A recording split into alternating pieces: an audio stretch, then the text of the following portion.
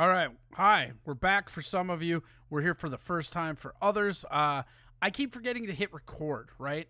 So when I put that little fucking, I'll show you. It's just down here. It's this little guy right here, right down here, right? And the thing about it is that when I put it in, the songs and stuff beforehand, they get a bunch of copyright stuff. So you have to fucking do it. That's a very Imholt mistake, not hitting record. Yeah, but I caught it and I redid it to try to help everybody, because some people are going to stumble across this on YouTube and they're going to think, man, what is this? And I want to make sure those people get entertained too, Mikey. I'm not here to fucking play favorites. I don't give a shit about that.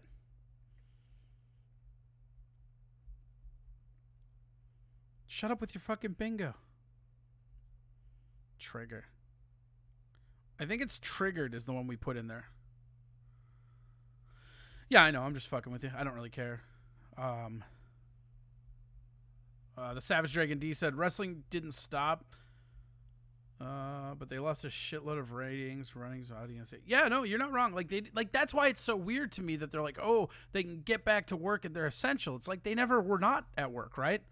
Like they were always kind of there. I'm gonna replay this story because it's short, and I can't not stress enough how much I think this is really important, you guys. And like I said, I would urge everybody to go do their own research on this shit. This fucking contact tracking is fucking terrifying.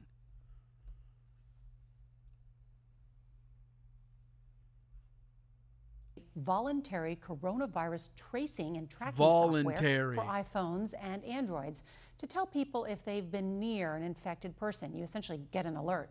It's a type of contact tracing which experts say is key to stopping the spread. The companies say privacy safeguards will be built in. The ACLU said today it should only be used for public health purposes during the pandemic.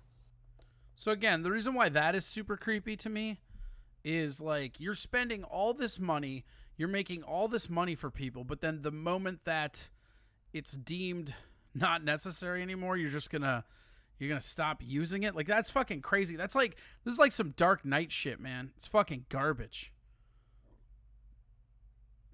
Right, and the thing about this is that this doesn't represent just a privacy breach, right? What this represents is privacy breaching, because we all know they're spying on us. Like that's something that we know. I mean, Snowden made sure of that, and that's fine. But the reality is that this one is going to be tied to your medical records, and I can't state enough how important it is that shit doesn't go on. They're going to be linking their tracking software, which, again, if you think you're not tracked, like unless you have a burner that you never log into Facebook or anything else, you're being tracked. But it's just fucking crazy. And then this whole thing is like now it's in response to the COVID, and we'll only use it for this and that, and then afterwards we won't do it again. That's not how it plays out.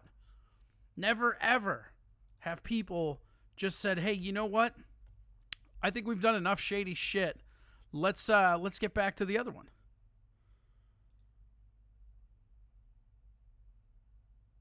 Yeah, it's not the same, man. It's democratic, big brother. It's not the same. Well, it's not though. It's actually, I mean, Trump is signing some orders that are helping, but it's not. It's like his administration. It's not like I don't think that he has paperwork on his desk. But this is also very much a Republican thing. Like the military spying stuff, that's a lot of institutionalized stuff that they have in there, which I don't care. None of that matters. The fact is that they're hiding the fact that they're just popping it in. You just watched an advertisement for me? Oh, did you? That's nice.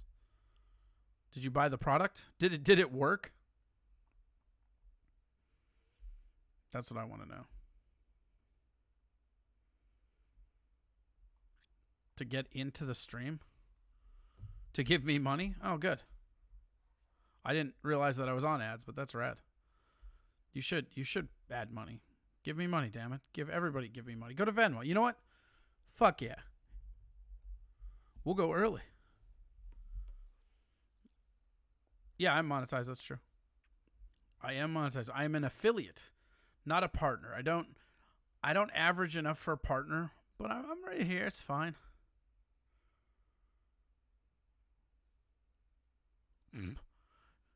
Don't caps at me. Jesus, people are getting weird, man. I don't like this. I think the show went awry the moment I went to talk to you, the crowd. I know better than that. You people are all monsters. And I know that. That's the funny thing. Like, I already fucking know that. I should expect no less, as a matter of fact. This one, as they say, is on me. Let's see here.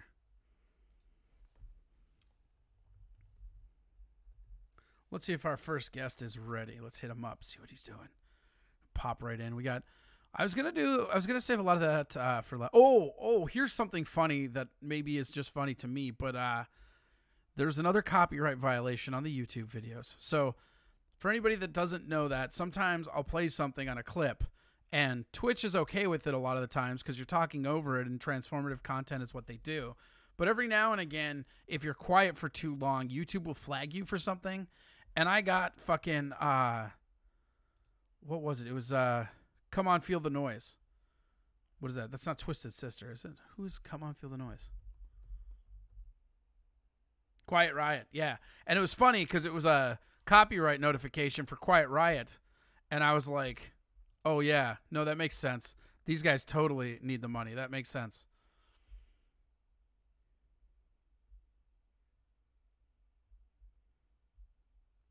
Yeah, people are crazy as fuck. That's what happens. All right, here we go.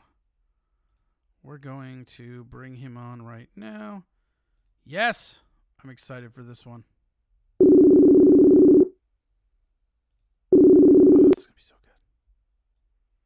Yo. What up? Not shit. Hey, man, I don't want to brag, but you're in front of like 30 people on Twitch right now. Yeah, way to go me. Is this video as well? No, so it's video for me, but it's just audio for the callers. Good, okay. So I I picked... getting worried. Yeah, I picked a picture of my favorite picture of you with the Honey Nut Cheerios. Oh, okay, yeah. Identify yourself to the listeners, my friend. I'm Dante Powell. I'm the guy in the Cheerios picture. I'm a white person and I'm in blackface on that picture, so that's something a lot of people don't know about me. Wait, back up. You're white? No, I'm kidding. I can't even joke about it. I hate white people that much. Okay. No, I'm kidding. Are you talking in a tunnel? It sounds like you're 80 feet away from your phone.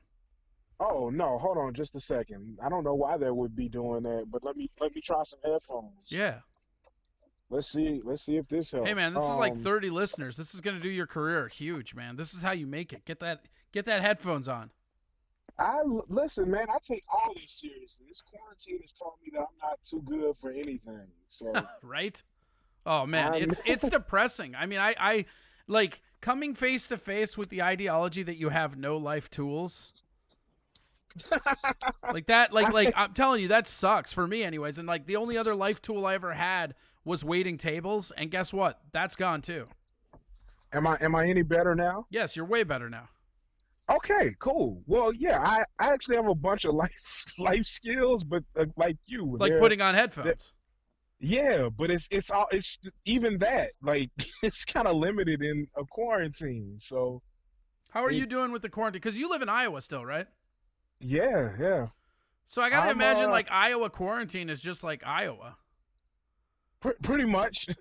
We're like, I just go what's fishing different? every day. You can't go to like one store anymore. No, I just go fishing every day, man. That's it. Like it's like we're one of the last states that hasn't done a shelter at home proclamation.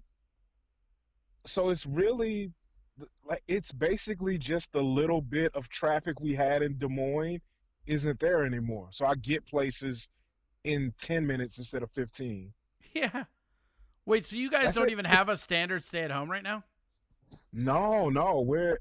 We've got a bunch of rules. We're not supposed to congregate in groups of 10 or more and things like that. And like places are closing a little bit earlier. No loitering, you hippies. Yeah, but I was out fishing when you told me you wanted to do this. Then I went and got tacos, and then I started driving home, and then I saw that it was 8 o'clock. So I just pulled into a hotel parking lot here, and it's just like a regular night at this hotel. There's people pulling in, checking in. Some dude driving up, putting on headphones and just looking at them. Pretty much. I'm 5 minutes from home, but I didn't want to risk getting home and having Wait, so to. you went fishing during all this? You monster. Every day I kid you not, I've gone fishing like so much. I didn't know you were such a fisher. I'm not exact like I'm. Did you catch any fish? I've caught a few since I've been going, but nothing Nothing. worth bragging Nothing about. tonight. Nothing tonight, no, Okay. no. So But like, how long have you been into fishing? That doesn't seem like you just seem too loud for fishing. are you kidding me, man? I'm the most introverted comedian you'll ever meet. Not after a bunch Um, of beers at a comedy festival in Texas. that's different, man. That was I was matching your energy. Or drunk at I Sisyphus. You know what? That also was an energy matching situation. But nah, Oh. man, I'm not a huge fisherman. I grew up fishing and hunting and all that good stuff. But I didn't like in my adult life. I'm not with it all the time. But that's just because stand up keeps me so busy. But now that I'm That like used to, right? Past tense. I don't know, man. Like what I've realized is like I'm sharpening the other tools. Like I've been writing more in terms of scripted stuff. I've been like polishing old bits that I've been neglecting. So like I don't know when I'll get back on stage regularly, but when the time comes, I'm feeling good about where I'll potentially be because I feel like I'm stacking the deck right now, and that's pretty dope. Yeah, I mean that's interesting. It's so weird. Like, cause I one of the things I did, so when comedy went tits up, I came out here and I made this like Twitch show just cause like the online mics just aren't for me, you know? Yeah, And it's like I don't like I don't hate on them or anything, but it's just like they're just not for me. Like it's something weird about like I'd rather perform in front of an empty bar than three of my friends on a conference call. That just doesn't appeal to me, you know?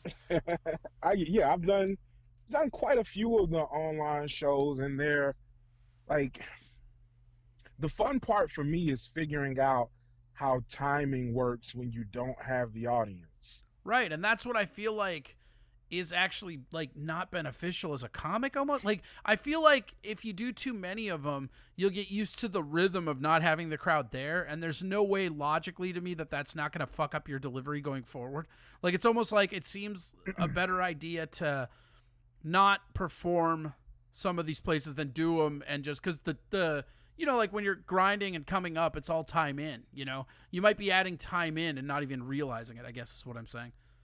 Well, yeah, but I mean, there's also the element to it that's been fun for me is uh like there's a because I haven't been like I don't know how long you've been doing stand up, but I'm like I hit 6 years on Oh, April I'm 1st. coming up on 13, buddy. Okay, so you got me by a bit, but the thing is this, like one of the things I'm noticing is I have a meter inside myself that I can't lie to. So even on these streamed shows, when I deliver a certain joke, if I half-ass it and it's not good, I know an audience wouldn't have laughed at that. Like I know. Yeah, and I'm Like, not like I I mean, for you you're a like good enough comic where that's going to happen, but I feel like there's people that aren't that good that will. oh, for sure, for sure. And that is just a thing that's part of the fact that like there's a constant turnover in stand up and there's different levels and things like that. But I'm saying for someone like in our peer group, it, the uh the appeal, at least for me, speaking as a person in the group, is uh, that feeling of I'm out here in this thing that I feel so alone doing all the time because Yeah. being on stage for me is so personal and I always feel very Oh yeah. uh No, I mean it's lonely the up there. see, and I'm the But exact then opposite. Like when I'm on stage is the only time I ever feel happy. oh no, I'm happy but I'm lonely. Yeah. Like it's a lonesome place to be, but imagine adding to that now the actual people that are there that like that safety net, even that's gone and I'm like, well what do I like now I have to like deal with my thoughts. And so it's just been it's been interesting because it's like when I go talk to my therapist and I've been practicing what I'm going to say, and then I get there and I start unloading and saying these things, and I'm expecting a certain response, but sometimes I go and I start unloading and they just don't say anything. And then I have that like the fight or flight where I'm like, do I just sit here and wait for them or do I just keep talking? And like the comic in me is always like, nope, keep talking, you'll figure it out. Just keep going, keep going. And doing that on these shows now has been interesting, at least to me. Yeah, I mean it's like, to me at some point though, it's almost like you're doing it in the mirror. Then at that point, I think it would be more interesting, or more, there'd be more of an incentive to me if I could just randomly connect to a Zoom where nobody knew me. Like, because I feel like the support net of everybody knowing each other, that's the weird part Yeah. about it. Because it's just like, it's basically a workshop. And I'm not hating on anything. Like, the thing about comedy that's so cool is that there's no one way to get there.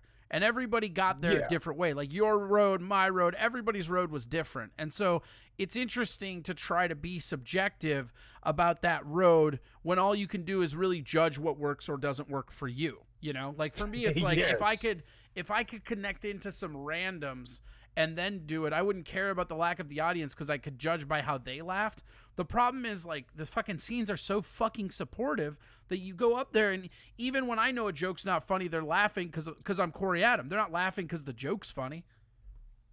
Yeah, I there is that. But again, I think that's the fun part of it is that internal thing that tells you, oh, that wasn't good. And on a few of these I've been on, there wasn't laughter, but you could like they had a laugh button. So while I was I actually performing, I have one was of those right watching. now. Say something funny, quick. Sometimes I shit with the door open, and my cat comes in the bathroom with me, and uh, You're he'll killing it. take a shit too. Yeah, he'll take a shit too, and then like I'll close the door again, and then my girlfriend will come in too, and she'll start shitting in the sink, and we're having like a family shit or whatever, so we close the door again, and that's what I found to be the only way to keep the ghosts out. Hey, Family shits. man, all right, all right. I see what you did there. That's man, you're hitting this quarantine hard, guy. You okay? I'm not. I'm not. I've been been learning a lot about ghosts and taking shits. Yeah, no, it does seem like you put a lot of research into that. I just Sometimes you hear a joke and you just know it's true, you know? I made that up on the spot because I couldn't come up with anything else. I can't remember any of my jokes right now. You don't have to do any jokes. This isn't Comics Unleashed. We're just talking, buddy. It's fine. No, you're Byron Allen. This is- That's what this is. I wish I had Are his you, bank account. Hey man, he's doing all right. That's what I'm saying. Are you excited to vote for Donald Trump? No, I ain't voting for Donald Trump. I'm not. Yes, Like, ugh. you're his number one fan. I'm just now I'm just going off the rail. Yeah, no, that's. You're like, well, the pooping to keep off Ghost didn't work. Quick, tell him he's voting for Trump. Okay, all right. Now I'm happy. Okay, here we go. I'll say something funny. All right, go. A seagull got got in my car a few weeks ago, and it really fucked me up because I live in Iowa, so I don't know like what even department like this isn't your region, buddy. Yeah. Like how a seagull in Iowa? Like was he here for river training? What the fuck?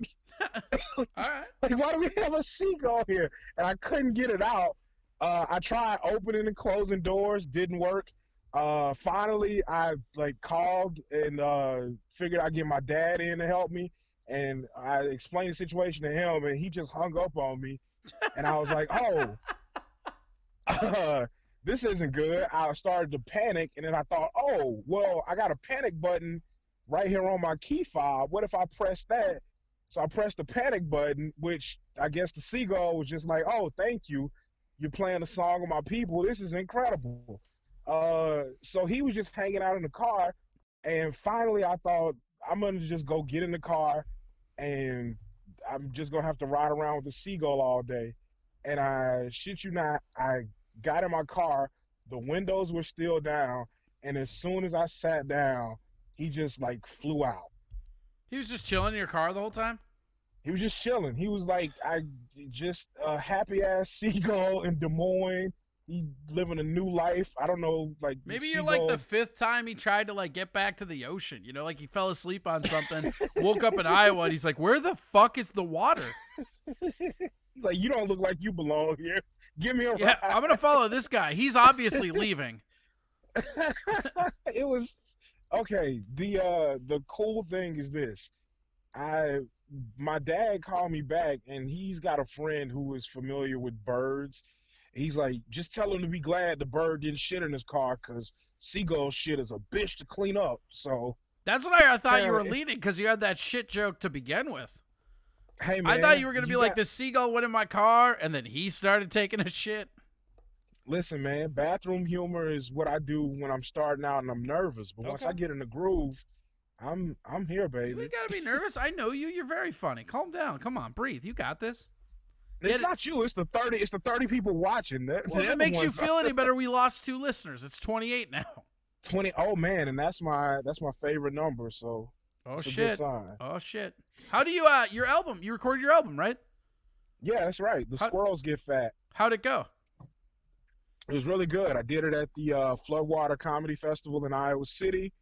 Oh, that's cool. You by get to the do it way, in Iowa. Were you able to pack it with friends and family then? I was. It was really incredible. I had a blast doing it. It's coming out May 22nd. Okay. Is if that any- on? Is that do- on Stand Up Records? It is, Dope. baby. Me and Dan making it happen. We're label mates. That's right. Label mates, baby. Are your listeners to this thing crazy? Yeah. They are. I was gonna give out my phone number, but I'm not. Yeah, I doing wouldn't do now. that. Okay, I'm gonna give out my social instead. Yeah, all right. 477-63. Wait a minute. That's my social. That's 0994. my number. Nah, but for real, if any of your listeners are cool, like if any of them are chill ass people, I want them to like follow me on Twitter at Dante Powell and send me direct messages. If they're cute, send me direct messages. Just And then on Instagram, just slide into your DM. I'm trying to get my DM slid into Okay. for this quarantine, and Okay. So you're trying to yeah. get like a quarantine slide? yeah. I just want to see. I want to see what's going on with people. I'm Okay. trying. That's my whole thing. This quarantine has been like get out there and engage people, and I've been having a lot of fun with it. Okay. Well, good. That seems weird because you seem like a guy that engages people anyways. Man, look, I know, like I engage you, but like I really am quite introverted. So like when I'm having my alone time, I like to just be with myself, and I'm fairly quiet and chill. But And that's just at Dante like- Powell? yeah. Okay. Well, like when it's time to turn on, when I'm on Twitter, when I'm on Facebook, when I'm at shows, I generally am I'm pretty up there. Dude, I'm not following you on Twitter. What the hell? I'm changing that right now. It's okay. I didn't even know you had a Twitter. I don't tweet very good, man. Like I'm not one of those. I'm gonna put this in the like- chat room so everybody has it. Yeah. Lately, I've That's been your personal tweeting phone number. I've been tweeting at Joni Ernst trying to get her to go on a date with me. So that's my new. Wait, what? Really? Is that real? Yeah. I'm not kidding at all. If Okay. you look at my Twitter, I'm trying to get Senator Joni Ernst to go on a date with me. So if Trevor Noah is listening, he's got a great show on Comedy Central, and it'd be Yeah, real he hangs cool out if in my he could- Twitch room all the time, so he's probably I there. figured. I haven't looked at the names today, but I mean he's in there all the time. He's number 23 right It's now. just him and Jon Stewart. And Craig Oh, Kilborn. yeah. I have all the hosts of The Daily Show. It's very weird. I didn't even know there was a host before Jon Stewart. So Oh, there you go. See? You'll- You learned something you'll new. learn Craig something Kilborn. new. Craig Kilborn created that show. Jon Stewart perfected it. I don't know Craig Kilborn, but I wish him the best. So everything's good though. You're like when do you think we get to go back out on the road and sling dick jokes? Man, I'm hoping like May, June somewhere. Like Yeah, right. that would be ideal. I've got to get back on stage soon. Like I may just go on stage and cry the first 5 minutes I get, um, just out of sheer happiness that it's not fully taken away from me. Yeah, I mean, it's. I never knew how much I missed it till it was gone, you know, and that's like so cliche, but it's like true, you know. I don't know what to do with myself otherwise. Like I don't know what platform I'm supposed to talk about, and you know, I don't really like doing anything but arguing politics on Facebook, so that brings me no joy of any kind. And so it's just like whatever. I don't know. It's a very weird thing right now, you know? Like who knows when it gets to go back, cuz even if everything's open in May or June, I mean, are the crowds coming back? Are the clubs going to be open? How many bars that ran an open mic are going to be out of business when we get back around to it?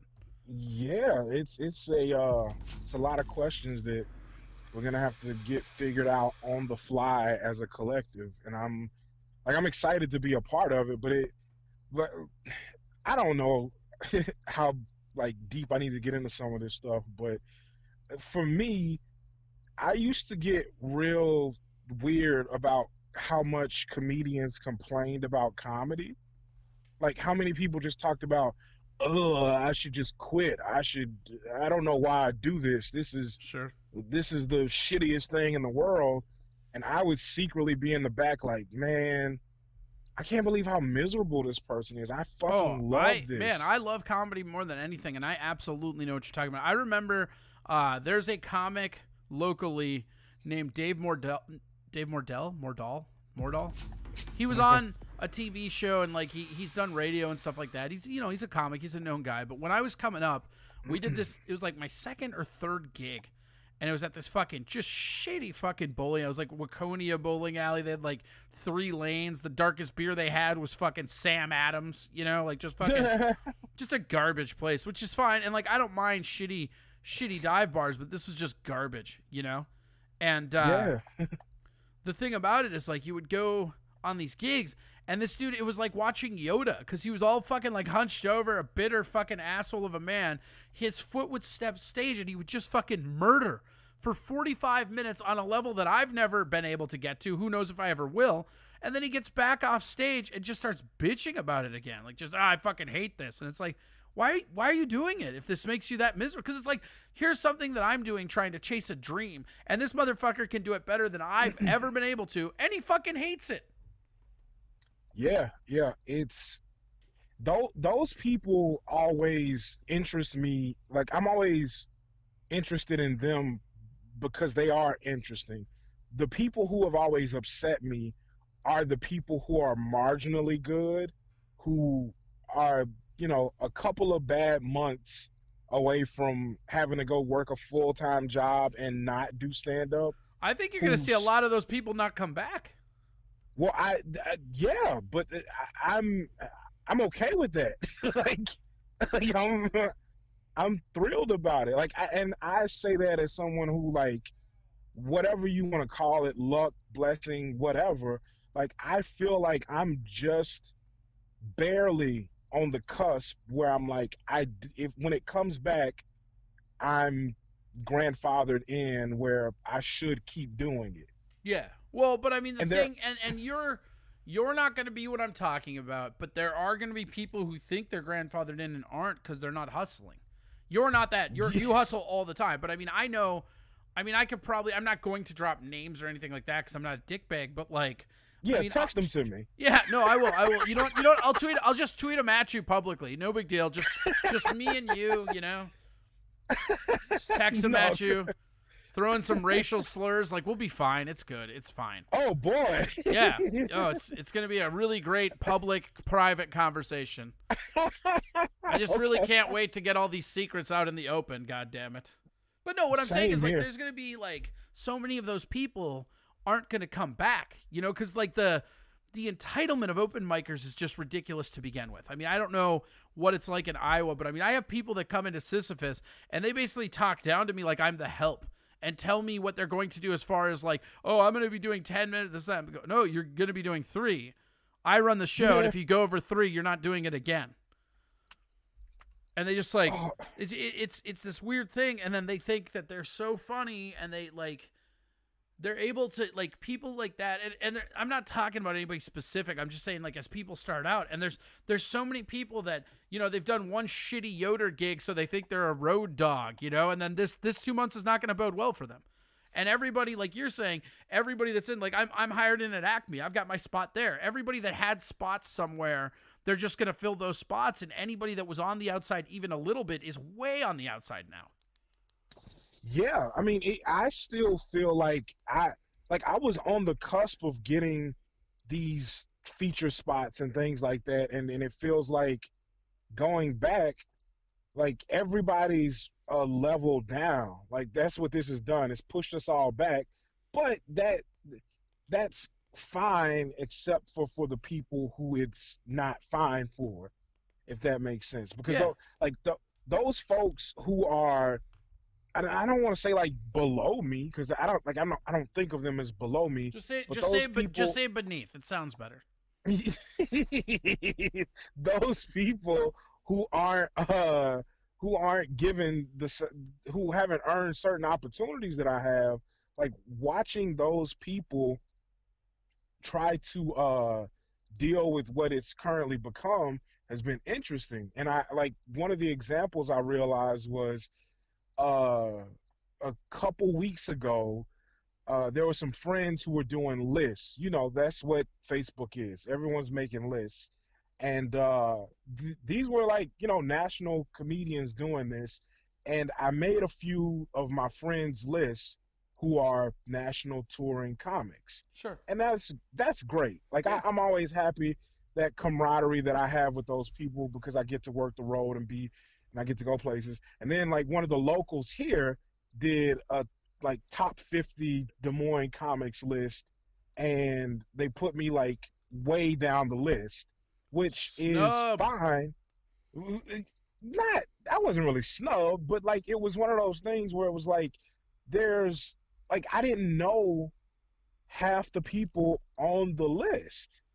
Yeah. And Well, that's how I feel like, in the cities. They have the city pages list, and they'll do like comics, like biggest Minnesota comic, and like sometimes they'll have like a list of 10 people, and like 3 of them don't even live here anymore, and like 2 of them I haven't seen do comedy in forever. And then like the other 2 deserve to be there. It's just like it's very weird watching that shit go down. And you're like, you're just not trying.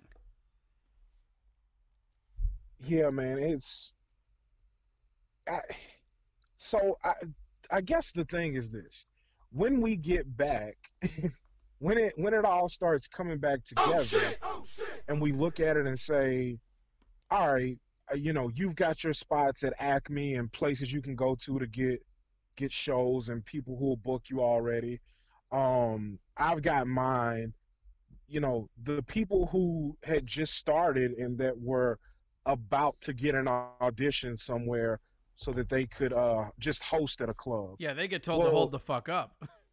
yeah, because I mean, like now, I'm going to be more open to a host weekend.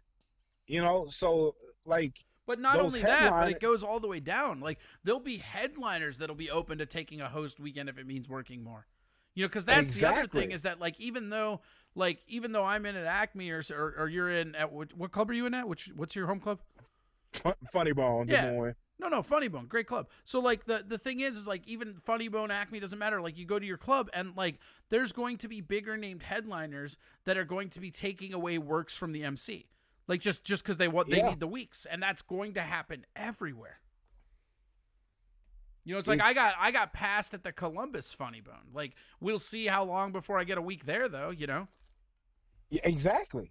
But it's going to like play itself out on all these different levels with all this. People are going to fall from headliner to feature to opener, but there are still going to be those situations where like, all right, now this may be the opening. Certain openers need to finally become feature, or features need to become headliners, or whatever it is. Like But it's going to go the ch- backwards. It's going to be like this is finally the thing that headliners need to take up 2 MC weeks also in that year. well, yeah, but I mean, I guess what I'm looking at is like that upward mobility that had turned into, because for me it looked like things were stagnant. So like that sweeping thing we were talking about of the comics who don't like it and now they've been taken away from it and they may not have the motivation to come back. Like there are headliners who are going to do that too, and that clears the pool a little bit. But now, you know, we get back and somebody's struggling 2 nights in a row. Well, now that feature may get bumped up to headliner. Now, like now, some of those things are a little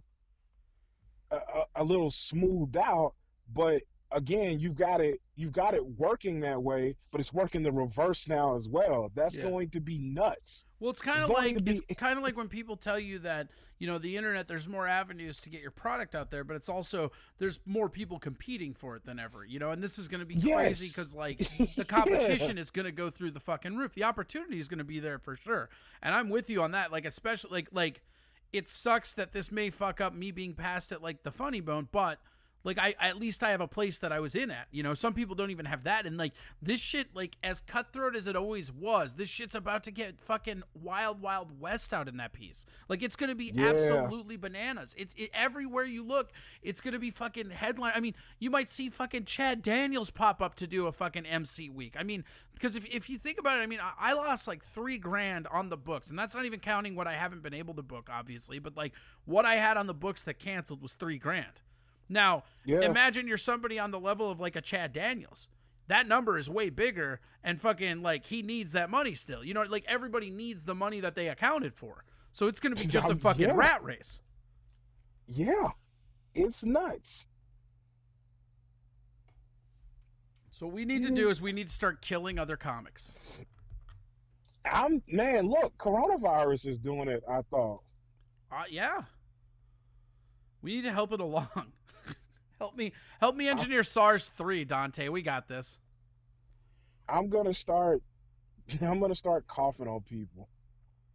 It's actually kind of funny, like if you cough, like I was always joking about it because it's like, you know, I smoke weed, I fucking drink, I'm out of shape, fat dude, like fucking. So a headache, nausea, and coughing are the symptoms. Like, yeah, I'm gonna need more symptoms. Like that just sounds Yes. like a Tuesday. Yeah, it's nuts. Like there's no way that I'm going to feel at all like, oh yeah, no, this is obviously Corona. You know what I mean? Like, or no, I'm probably coughing because I just cleared a bong or something. It's just super weird. Yeah, it's a lot, man. It's also weird, like the spying shit. Have you seen that contact tracking? I was just playing a thing about it before you were on the show. Have you seen the contact tracking? Do you know what that is?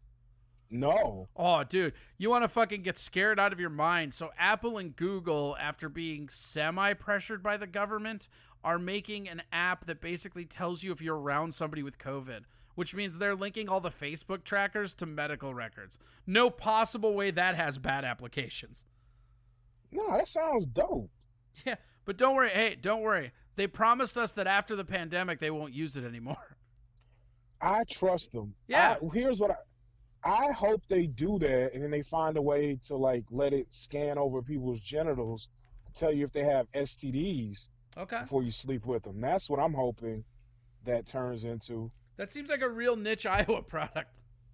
No, I'm saying like if imagine if you put a girl's number in your phone, it was like, oh boy, guess what? That chlamydia is not clear yet. 2 more days, then do it. But then you should be able to set it for which ones, you know? Because like chlamydia, Yeah. that's just like some pills or something, right? It's fine. No big deal. Yeah, but herpes, yeah. Sorry, lady, he's got dick bumps, and then It's not an STD. I'm just ribbed for her pleasure. hey, man, if it works, it works. How are you like? Are you really holding up like sanity wise though? I worry about my friends. Like I know how broken all of us are as comedians, and I know what a big outlet just being able to be on public like that is. You know. Like I said, I'm great. I'm Okay. I'm fishing. Yeah, and, you're fucking fishing. and I saw you say that, and it makes me angry. I'm fishing and cooking, and I like my part-time job is still here. So if I want to go to work, I can. That's pretty awesome. it's yeah, I like, and I make my own schedule there. So like if I want to go to work, I can just call in and say, hey, Monday and Tuesday this week, or Monday half day, whatever. It's just up to me.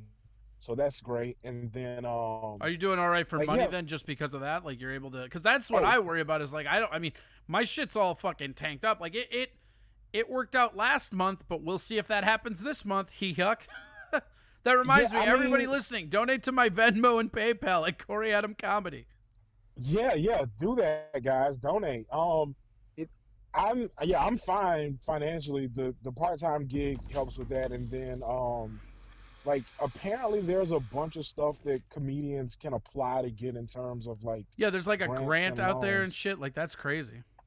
I'm gonna look into some of that. But yeah, I like the other thing about my part-time gig is that it pays well enough that like I can work like 15 hours a week and be set. And I'm just lucky. Like again, I don't take it for granted. I know a lot of people out there have to work 40 hours a week to make enough to make ends meet. And I'm a dummy that gets to go around telling dick jokes to sustain myself. But yeah, I'm not worried that I'm gonna end up homeless, or that I'm gonna like lose my car or anything like that. More so, what I'm worried is gonna like creep up on me is that I'm going to lose the part of me that knows what it's like to be the comic I had become, because that was new to me. Yeah. Like I've been the new guy for a very long time, and I had just started to settle into the, all right, you got an album that's going to be coming out, you know how to headline, you are going to start booking consistent feature work, and then start cultivating yourself into a headliner. Like, what if we come back and I need to restart the whole process, and all the work I've done just goes away, which Well, this is it, and this is how people feel when they move scenes. I mean, this is what happens when somebody yeah. jumps from like New York, from Minnesota to New York, or LA, or Des Moines from LA to New York. Like this is what jumping into that new scene will be. And I mean, I just like I'm not going to start over, but I will start at the I mean, I like my whole thing is I might not be the funniest comic in the world, but I can probably outwork the funniest comic in the world. And that's always been my Yeah. mentality. Like you can work hard for it, and like you said, I mean, I've got my stuff. The moment things are back on, it's back on time. But in the meantime, that's why I'm doing this. That's why I reached out to you. I've been reaching out to a lot of my comic friends that I haven't talked to in a couple of years, just because it's a very fun way to get caught up, and it's also just a fun social interaction because I think a lot of people are feeling the isolation of it all, because even though we have Facebook, and I hate when people bitch and moan about like, oh, I'm so alone. It's like, that's weird because I'm watching your fucking Instagram all the time. Shut up. Yeah. It's you're right. Yeah. Like nobody's It's alone or nuts. in solitude. Like people talk about it like they're in a fucking like cage in the fucking like dark ages. And it's like, that's not what's going on. You're forced to say it now. Now, if the fucking internet goes out, then I can hear your fucking woes. Exactly. Like, but as long as we have power and there's access to internet, like you're all right. I Taxation, as couldn't Steph agree says, I should more. get a job. What job would you like me to get? Find me a restaurant that's hiring servers. Find me like what should I go do? Go work at a Start an gas station? I would rather OnlyFans. die homeless on the street than die because I worked at a gas station. Although no, I probably could I'm work at a gas station. I don't really care. I'm gonna start selling pictures of my body. Yeah? Yeah, I'm OnlyFans / Dante Powell coming soon. Mikey Two Milk says you look like a thicker 50 cents. I get that a lot. I get that a lot. The funny thing about that is people could absolutely just say, "Hey, you look like 50 Cent." Like nobody, like everybody in the world knows who 50 Cent is. I can figure out the thicker part by you just saying you look like 50 Cent. But But I appreciate it. I think I don't know. nobody would get the joke if you were like, man, he looks like that rapper 100 Cent. I think folks would get it. So it's just rude. I'm following people back. I'm glad they're following. Um, if any of them are cute, remember that's important. I If can any of I you can are assure you they cute, probably are not, judging by the people that watch this. I was guessing that. Go ahead and slide in the DMs anyway if you got anything interesting. Tell me what you know about Louisiana. Tell me what you know about black people. I'm Wow, that's interested to that's learn. that's gonna be something you regret right there. I listen, man.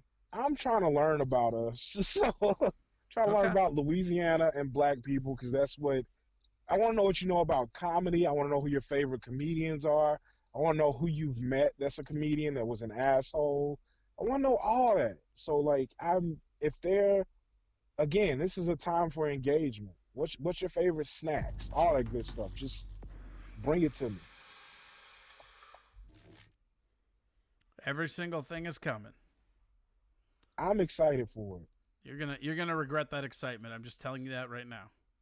I'm really good at ignoring people. Yeah, well, just remember, I tried haphazardly to warn you. I I appreciate that. I'll be fine. Taxationist Theft says he's from New Orleans. Oh hell yeah, we probably cousins. Yeah, there you go. Everybody there is cousins. Is that how it works? Somehow, yeah. How's your gumbo? That's what I always ask people from New Orleans. How's your gumbo? You make a good gumbo? Well, yeah, I do a good gumbo. I'm from North Louisiana though, so like I'm up by Shreveport and Monroe, but the gumbo is still spectacular. What's your crowning like Louisiana culinary achievement? Like what's your main dish? Like you get Ooh, let's say somebody that you deem cute slides into that DM, the quarantine's over and it's dinner night. You got one Louisiana dinner to just impress somebody. What are you going for? I'm gonna make them jambalaya. I found a recipe recently that I've been doing, and it is pretty solid. Shrevepot? Guy says I have an uncle that lives in Shrevepot. Okay, Is yeah, I that is got that a that's place? where Shreveport, but Shreveport, okay. that's where all my family they're in that area. He also is freaking out because he's like fucking a right jambalaya. People are excited about this jambalaya thing. Hey man, listen, if you want to see pictures of my jambalaya, I'll tweet it out right now. Yeah, do that. It's I'll retweet it too, just so that if anybody that way you can follow him too. He's Dante Powell, very funny. When's your album coming out? What's the date on it? May 22nd. It's Okay. available for pre-order on some platforms right now, but yeah, May 22nd it's coming out. We're not All right, Dan who said it's a I'm go. gonna take away the veil of like the illusion for a second, and that's so are you ready for it to come out? Like are you all done with the art and the edits are all finished and everything? Oh yeah, we're just waiting on some stuff, some clearances from the satellite, Sirius XM, and then everything's set. How so you've heard the final edit. Oh yeah, we're set. We got the Yeah. cover, How we much got everything. how happy are you with it? Do you like it? Are you excited about it? Man, I really am happy about it. Like I like it a lot. It and uh I don't know how to describe it. It's not I don't feel like one of those people that's like, it's my baby, it's my life's work. I just feel like I set a goal and did a good ass job. Good. No, that's so interesting, and I love hearing that just because of like I remember when I came out with my album. You know, there's a very weird feeling that not a lot of people get. Uh, that like not a lot of people have the like experience. I mean, you think of how many people have attempted to be comics, how many people on this planet started out trying to be a stand-up comic, and then just think percentile wise, how many of them ever got to release an album on a major record label? Yeah. You know, It's it's already there. It's fucking great.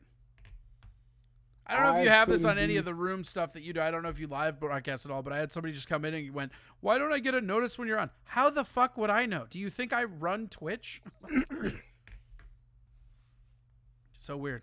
People get mad and they're Hey, like, "Why didn't I do that?" Like, I have no idea. I like check your settings, I guess. I don't know.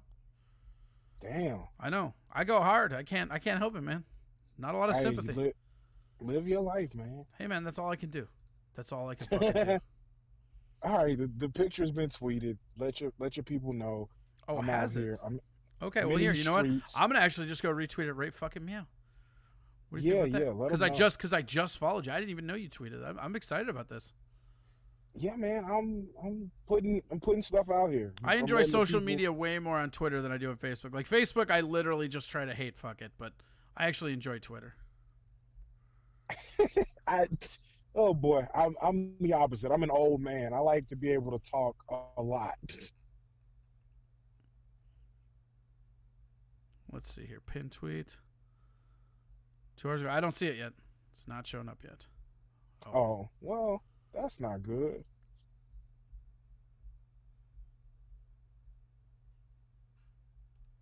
You have a Let's see. .gov? No, no, I'm a liar. That's what that is. Okay. All right. Well, I mean, at least that would be really funny if you could register .gov though. Man, I've been trying. I've been keeping an eye out for that. They don't let you do it. Yeah, I don't know why you can't see this. I tagged you and everything. Weird. Maybe it's my own Yeah, fucking. man. It might be my own fucking fault. Sometimes I'm to blame for the things that go wrong in my life. That's okay. It just hurts. Oh, I'm getting. Yeah, it's right there. Never mind. So it's weird. It doesn't show up on your wall, but I got the notification that I was tagged in it. Hmm. But here's a retweet and here's a like. Yeah, What buddy. up? Oh, check we're this doing out. It's a 2-for-1. What? I'll take it, man. I need it. I need it Don't right now. We all. I think we all need it, man. So have you been like? Is there any just absolute killer chamber jokes that you're waiting for? Yes, yes. I think I'm gonna turn that seagull thing into a story and work out some beats and do that. I But like that story. I think it's fucking weird. it was nuts. Like, and I couldn't. I don't know why there was a seagull in Des Moines is the thing. Um, but yeah, I've got a like I I'm I'm more of a I'm somewhere between storyteller and like traditional setup punch kind of joke teller. Yeah. And like so like when the quarantine first happened, I was driving in Des Moines and I saw this blind guy with a bad haircut. And I was like wow, like this is I can't believe this. Like we're going into a quarantine and there's like a pandemic and somebody's out here taking advantage of blind people. So I I circled around, I went and I stopped and I went up to the guy and I was like, "Hey, like I just got to be honest and ask you a question here, sir. Who cut your hair?" And he was like, "Well, I did. Do you like it? Is it good?" And you're And like, I was like, about that. "Well, yeah," because at that point my perspective changed. Cause like for a barber, it was a terrible haircut, but for a blind dude, it was actually pretty solid. And if I could be honest with you, that's the kind of story we needed at the beginning of this quarantine. Like that's the true bravery I've been looking for. If you ask me, the blind people who cut their own hair and this shit are way braver than any troop we've ever seen anywhere. Yeah, that's probably fair. So like I'm fucking with him, and he like that's like that guy made me realize like no, you've got to like own this shit. Like whatever you've been doing, just keep doing See, it and live your I'm life. gonna show you how big of monsters are listening to this right now, right? One of the first Okay. comments we got from your story was MME35 saying, "Was he blind or legally blind?" I'm legally blind. But like that's where their mind goes. Rather than taking this uplifting moment of like human triumph, they're like, "Yeah, but how blind was he?" Nah, he was like real life blind. Also, so I was telling this story. Somebody just said, "I saw a guy today that totally fucked up the back of his head. He wasn't blind at all, but that haircut sucked." the somebody heard me like talking about that, and they're like, "You actually stopped and went and talked to that guy?" And I was like, "Yeah, man. I needed to know. I was about to go fight his barber, and then I like, all right, Because you were just mad that he took advantage. Yeah, I was like, yo, this is not okay. And then it was. I was like, okay, all right, this is the end of the world. Yeah, it's fine. It's fine. Yeah. For a blind dude, you're actually pretty coordinated. you're pretty, you're pretty cool blind guy, you know. Yeah. For someone who can't see, you did a decent job at cutting your own hair. That's I think all that any of us can really hope for, though, right? That we get our angles right when we go blind. Yeah. Yeah. That if it's gonna be time to cut a hair, we don't fuck it up. Like I said, a hair, like it's just one hair. Although that's probably like that. I just think that juxtaposition of like, man, I'm gonna find the person that took advantage of this blind dude. I'm gonna beat the brakes off him. To like, oh, I'm so proud of you. I, the more I thought about it, the more I was like, I probably was just gonna like write some shitty stuff on their Facebook wall, but I also at the beginning of the quarantine was in the mood to find people and rumble a little bit just because like there was that energy at the beginning where you were like, oh, this may be the end. Like, tell people you love them and fight people you hate. You have a very weird end of times protocol. All right, first I have to tell all my loved ones I love them. Now I got to go fight this guy. Yeah. Let's get these knuckles busy. Catch these hands. That's how I live, man. I'm not a violent dude by nature. I'm actually a very nice, calm dude. I've legitimately never seen you angry in real life. I've never seen it. Like I bet it would be terrifying because you're a big man, but it's just you're just such a sweet little teddy bear, you know? I mean, like you're giant, but like you're like a gentle giant.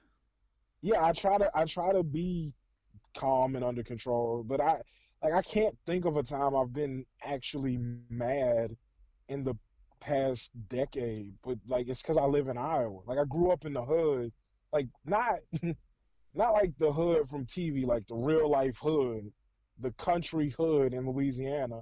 And What the then I fuck does that moved to even mean? What do you mean country hood? so like abstract poverty, Sure. like we didn't like we weren't starving or anything, but like I lived in a trailer growing up that was like on some land that my grandfather inherited. Okay. Uh, I also like lived in a trailer as a kid, so don't worry, nobody's shaming you. but like also one day, like just down the street where I used to catch the bus, one of my cousins just got murdered. I was like 8 or 9, and this is a town of like 1,000 people, MME and says it's it's country and hood at the same time. Shreveport is like that. oh yeah, and I'm not even in Shreveport. Shreveport is this big city to us. I'm like 50 miles outside of that in a small town. Like we didn't have a Walmart. There was like one traffic light, uh, like two gas stations. So it was it was just a weird exist. So like I beat that. You know what I'm saying?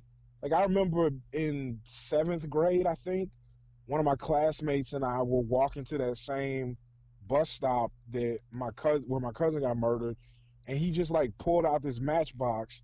He was like, "Just so you know, like I sell crack now."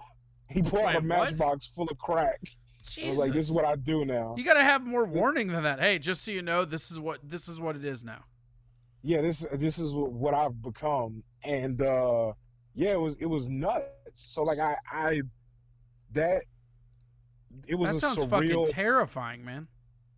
but it just you're accustomed to it when you're in it and you grow up in it, and so eventually I realized, like, I grew up and I got to go places, I got to learn stuff, and I just was like, oh, like that's not a good thing for a child to be around, but it's where I was. But also the people there, we shared a sense of community and love.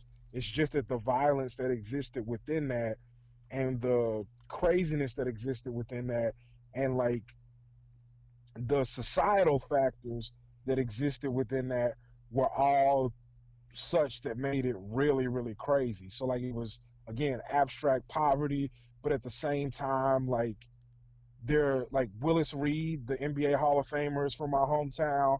Carl Malone is like from the next town over. So we got to see people reach the like highest of highs in terms of like life achievement and Yeah, dedication yeah, to a yeah. craft and doing well, but then like the rest of us are here stuck in this thing, and then you've got my parents who my mom worked at a bank, my dad was like a teacher and a principal, so like they're trying to do things the right way, but then I've got another cousin that I love and hang out with who's gets sent to prison for 40 years because he's selling drugs, and it's just it's a so it's a strange place to be and like have your mind molded when you're really really young to then grow Yeah. up and have all these things shattered, and you realize the world is so much bigger, and that like part of part of how you came up isn't necessarily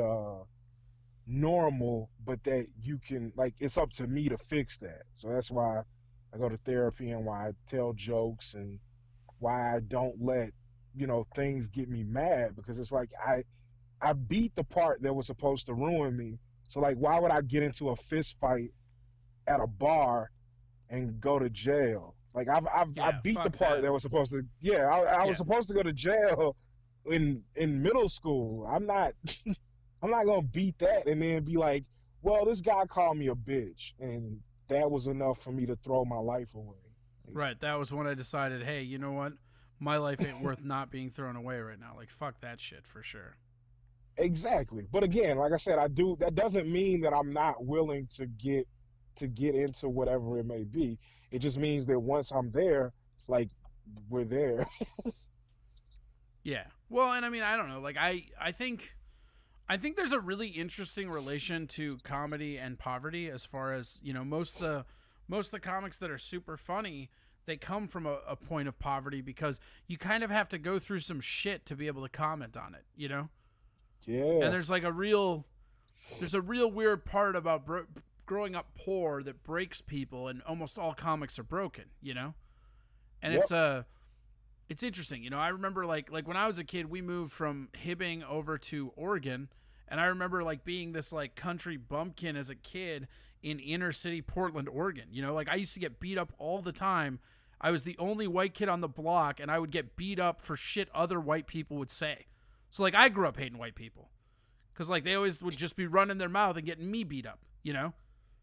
Jeez. Oh yeah, I mean, and it doesn't matter. What I'm saying though about it is that it's just weird because like you go forward and then it's you're able to just represent something different, and sometimes you can outgrow the situation, like you're saying, because I think a lot of people aren't in touch with themselves enough to know when oh shit, this is some damage. I might need to go to therapy for this shit. Oh yeah, yeah, yeah, for sure, for sure. I have plenty of friends who grew up in the same thing that just now they've dealt with it by you know drugs or violence themselves or whatever, and even they look to me and they're like, well, I don't know what it is that you did differently, but don't stop. And I'm like, it's so strange to me that now I'm in a spot where I can talk to these people who grew up just like me, and we talk about our therapists and what we like, what we find Yeah. interesting, and what really helps us and things like that. So it's really kind of cool because, like I said, there's still that part of me that's uh, like I've heard people who have come into wealth. They do this thing where they're like they don't believe that they're as wealthy as they are. So they're always prepared to have to like move out of their Oh house yeah. and lose their cars Oh and yeah. things like I that. had a I had And an aunt, right? Like this is fucking ridiculous, right? I had this aunt who she grew up. It was actually a great aunt, and she grew up super poor, right around like Great Depression era shit, like maybe slightly after that, but like grew up dirt poor, right?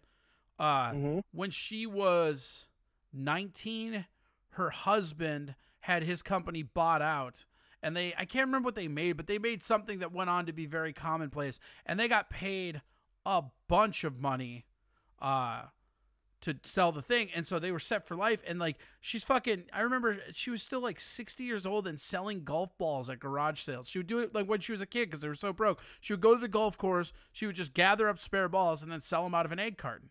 And this bitch was like, she was almost like they were worth almost $1 million at this point, and she was still selling golf balls.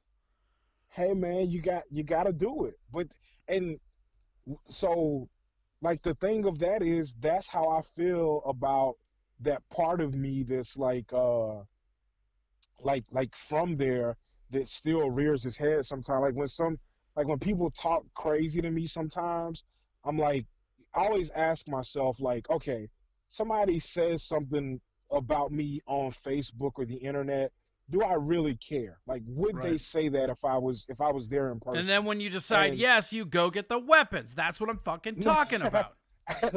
Hey, I don't know who's listening. Don't listen to Corey. I do not go get my weapons unless I am being attacked. Uh, Don't listen to Dante. He's the one that gives me weapons. I, If I do anybody's not. monitoring this, he gives me weapons. Get them. I don't do anything unless I'm attacked physically and I see someone else's weapon. Then I get my weapon.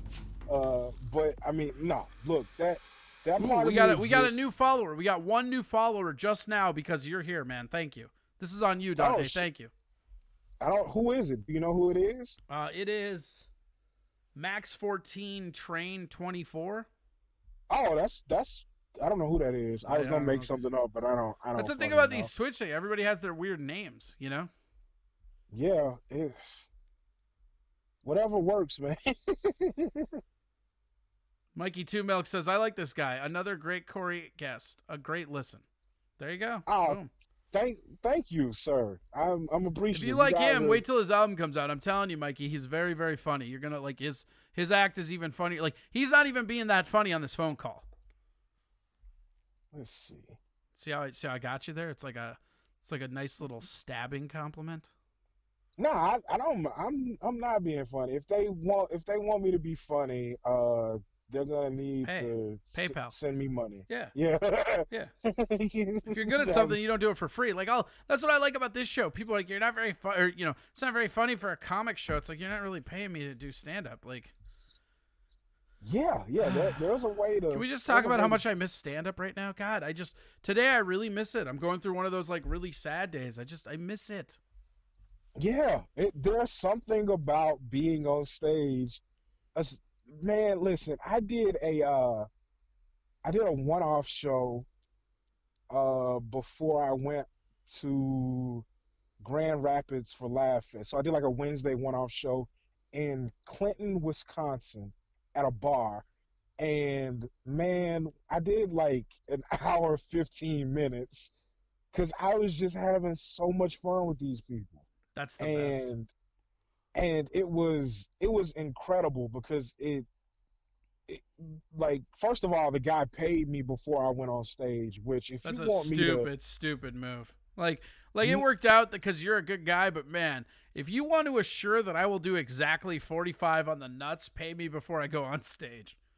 I'm the exact opposite. If you give me the money up front, I'm going to I'm gonna stand up there with it in my pocket and know that no matter what, I'm set and I'm just gonna feel good. So it man, it was nuts because the people there were so into it and they were like, I've never had as many people come up to me after a show and be like, I can't believe you would come here.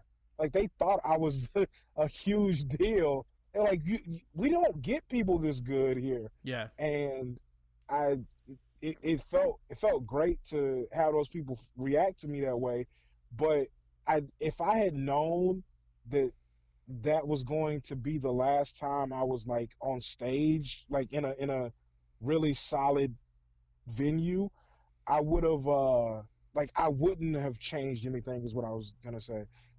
And that's what I like about stand up is we all want to kill so much that when we actually do it and we're on stage, when I mean sometimes people take shit for granted, but we're going hard no matter what. So like if that's the last taste of me people were to ever have, like if I get corona tomorrow and don't make it another day, like I left those people with something amazing.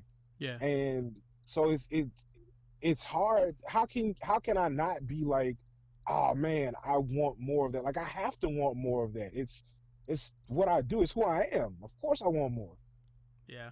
Everybody says you should be a regular. I think they're enjoying you. One guy said, Magic Cosmo says when his album comes out, I will be buying it. I already got Corey's. That's nice. Oh, thank you, man. Yeah, it's called The Squirrels Get Fat. So When are you starting the hardcore like hype train and promotion for it? I'm gonna start probably at May 1st. Okay. So I'm gonna try to do 22 days of something, and then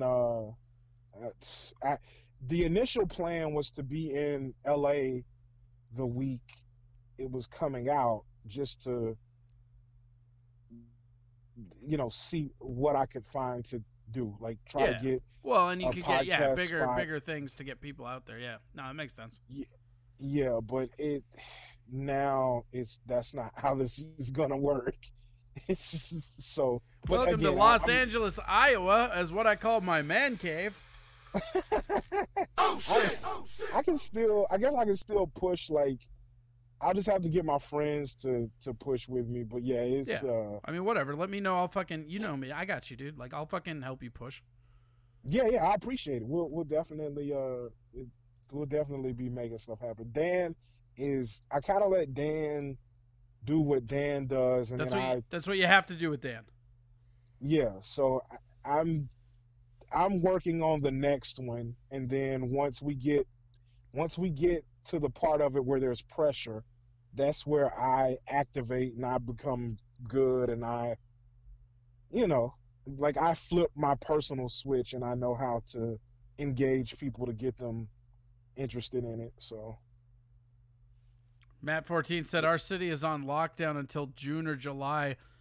Southern Mississippi. I miss being able to go outside, Oh shit, yeah, that sucks. My family back in Louisiana. Is Mississippi like super hardcore lockdown right now? I guess I didn't know that. I don't know what everybody else is doing, because in Minnesota they had the fucking passive aggressive lockdown, so it feels like we've been locked down for a month, even though like they only signed something a couple weeks ago. I mean, in the South, it's been like ravaging Louisiana and Mississippi a little bit. So like it's really, really locked down. Even we bought some land recently, me and my brothers, and they haven't even been able to like go out and do stuff because they're so worried about potentially being around my grandparents and stuff like that and getting them sick. So it's real out here. Yeah, it sounds like it's. I mean, it's so crazy. Like this whole thing. I mean, I never thought I would go through or experience anything like this. This is not even anything that was ever on my radar. Yeah, but like we always thought that the stuff we saw in history books was just that it was done, that we had like finished all of that. And then 9/11 happened, and it's like, nah, bro, we out here.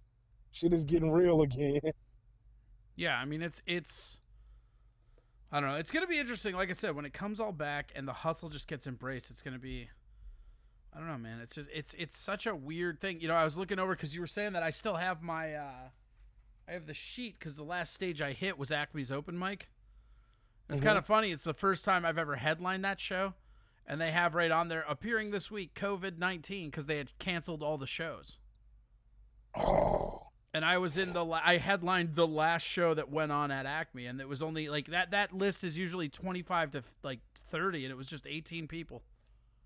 Wow. But it's just crazy because as I look at the date, it's fucking the 16th of March. Like, here I'll even show it to people here if we can. Well, hold on. There's no way to see it. There it goes. Appearing COVID. March 16th. Wait. Man, we're coming up on a month of That's what I'm saying. It's like, so that means for me anyways, like, it's like we're 2 days away for me not really have hitting a stage with an audience for a month. And that's something that, I mean, that I've been doing this almost 13 years now. That's never happened in that entire span that I've done comedy. At no point did I go a month without hitting a stage. Yeah, it's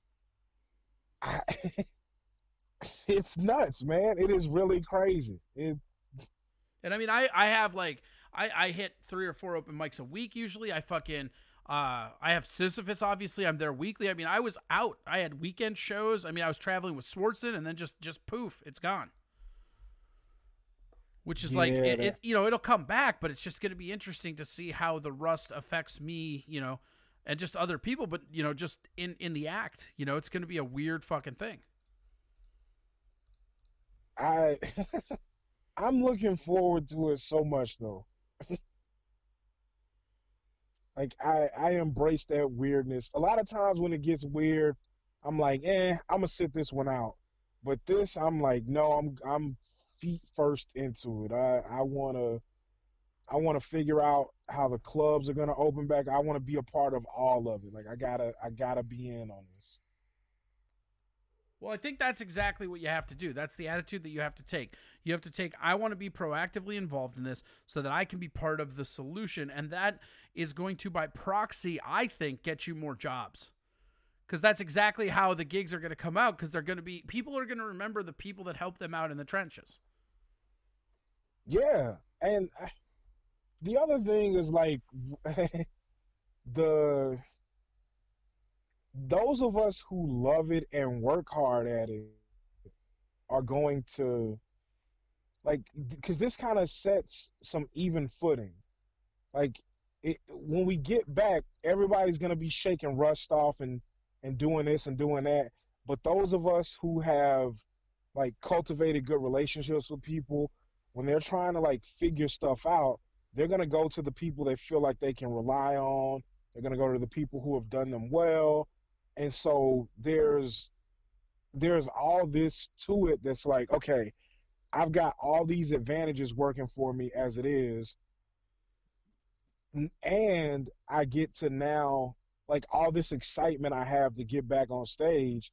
Like, all right, now I have somewhere to actually focus this energy, and it's not because in the past we had that, but we didn't know Right. it could be taken We didn't away know, in a we didn't moment. even know we had it, but we had it. Yeah. So it's like now that we know it can be taken away, like we're less likely to be bullshitting. I mean, we'll probably get a solid year and a half or so of us really taking it seriously. Jeez, Isn't we're that, it's worse. weird. I mean, like, I know you're joking, but it's not as far off as you think, you know? Yeah, for sure.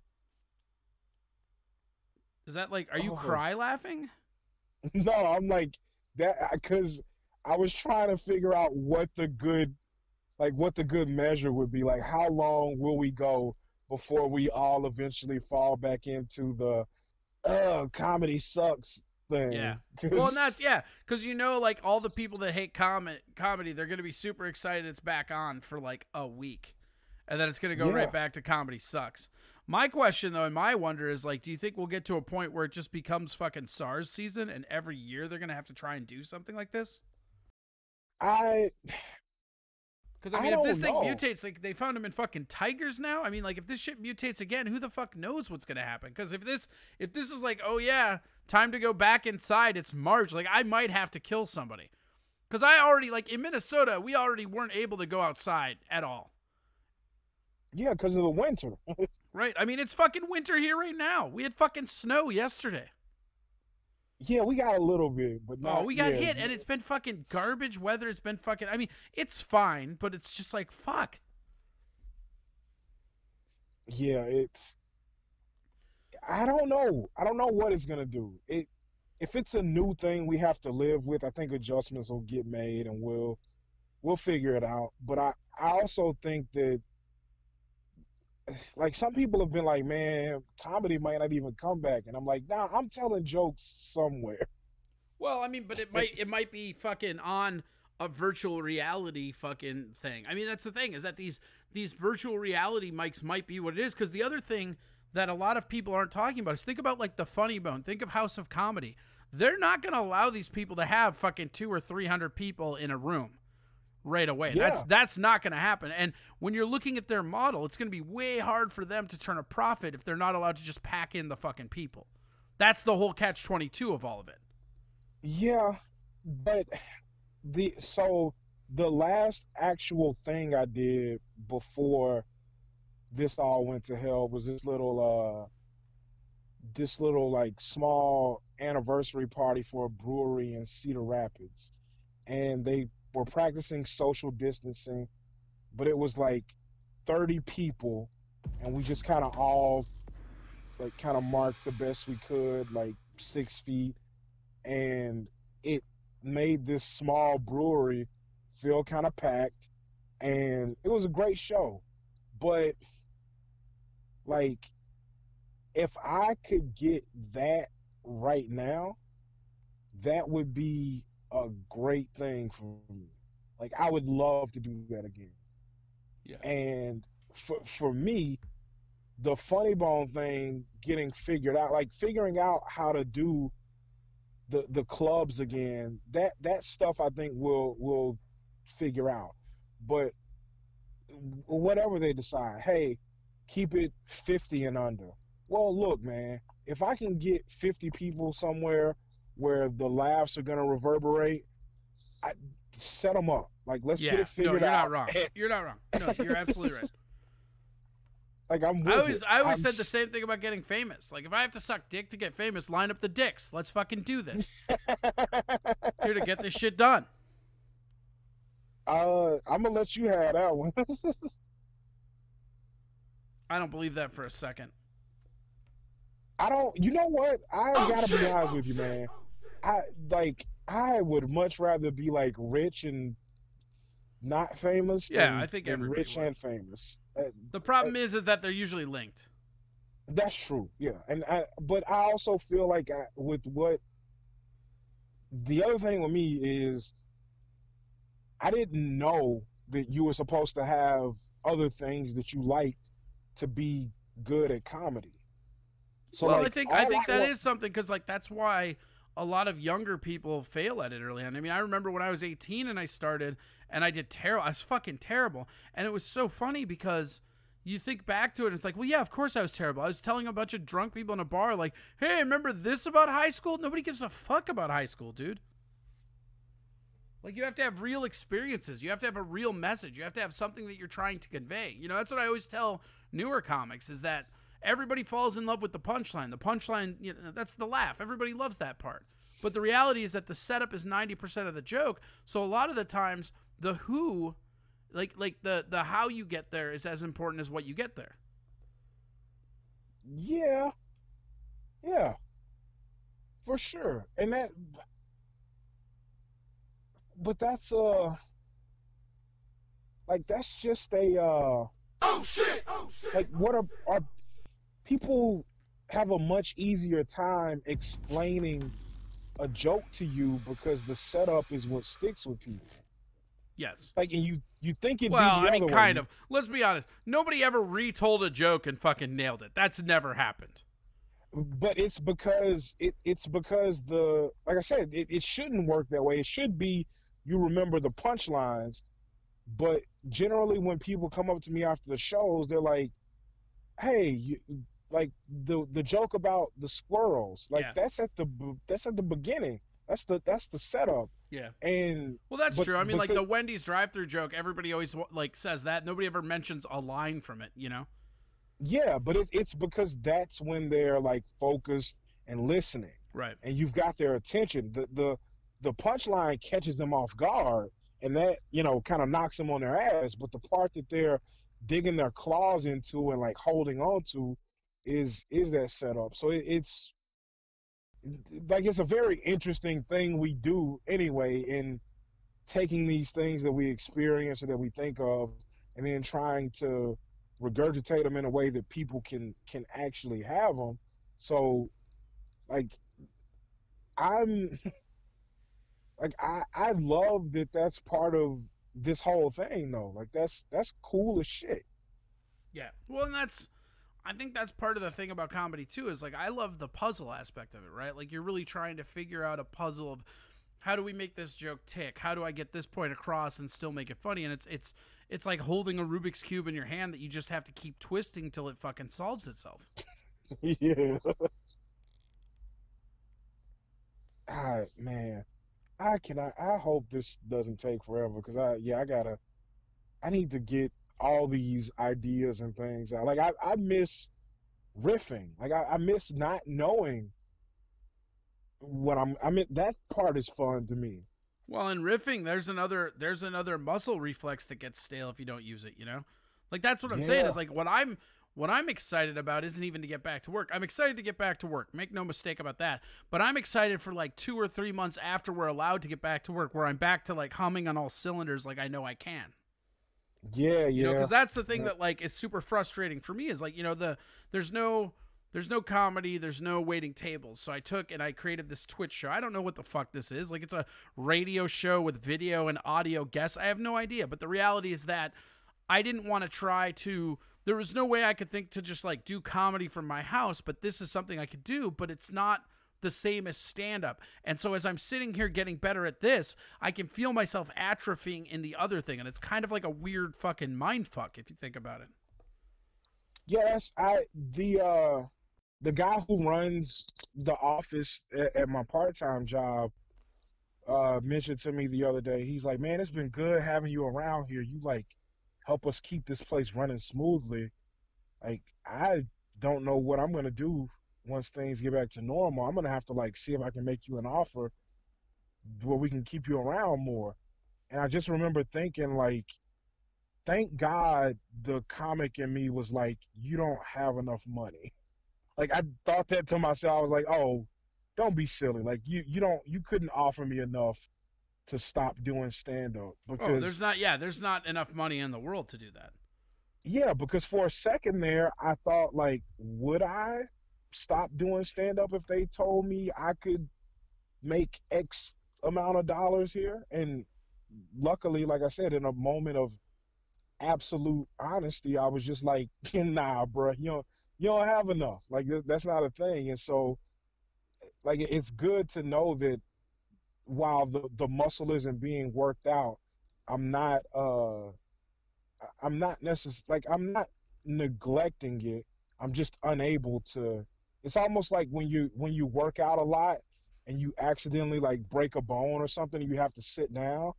Yeah. um it's not that you don't care about working out, it's not that you lose the passion for it necessarily, you're unable to do it because of extenuating circumstances. And so when you finally heal up, you just have to ask yourself, am I going to put this work in to get back where I need to be, or am I just going to use that as an excuse to be like, well, I fell off and now I'm never going to get back to where I was? Like I think most of us who are worth anything, we're gonna all kind of be like, nah, let's get back to it. Like you Well, said, we're gonna, the people that are capable of clawing themselves back up there will do that. Of course, I don't like. yeah, I absolutely believe that the people that are capable of doing that will do that 100%. yeah, But I don't necessarily believe that that's going to be everybody. And I just think, like I said, I just think the idea of where we go from this and how it goes forward, it's a very interesting conundrum, and I don't really have a lot of answers for it. I don't think anybody does. You know, like not having the answers to it is expected. It's just it's such a weird thing, and I think that there's a lot of compassion in your voice when you're talking about all these people that you're worried about, because yeah, there are going to be people. I mean, we had a guy, Lucas Ramsey, who's a funny cat here, started coming out probably last year, came out and started hitting stages, and he was just hitting his fucking stride, man. Like, and now just knowing that that's going to be, you know, a bunch of rust, and especially with these newer people where they're just kind of doing it as a secondary hobby. I mean, there's going to be a lot of people that never come back. yeah. It's That's why I nuts. never learn new comics' names, man. It's Vietnam out there. You don't know who's going to fucking survive. Talk to me in 3 years, then I know you're serious about this. Then we can become friends. That's spot on. It's I yeah. The tough part of being a comedian in Des Moines is that like I don't really go to mics here, and it Well, are sucks. there But bikes there? there are, yeah. We've got to we What is got it? to. I don't know what the comedy scene is in Iowa. I'm not like trying to shit talk it or anything. I literally don't know. I just like No, I would think maybe Des Moines has one or two, but it doesn't seem like it would be this giant. Like I would think like somewhere like Mason City would probably have more. No, we're the city in Iowa. We're the largest city. We're the capital. Um, I thought everything was like Quad City down there, though. no, the Quad Cities, they're uh, I mean, they've got a decent scene, but they're still, it's a smaller city. They don't have an actual like stand-up comedy club there.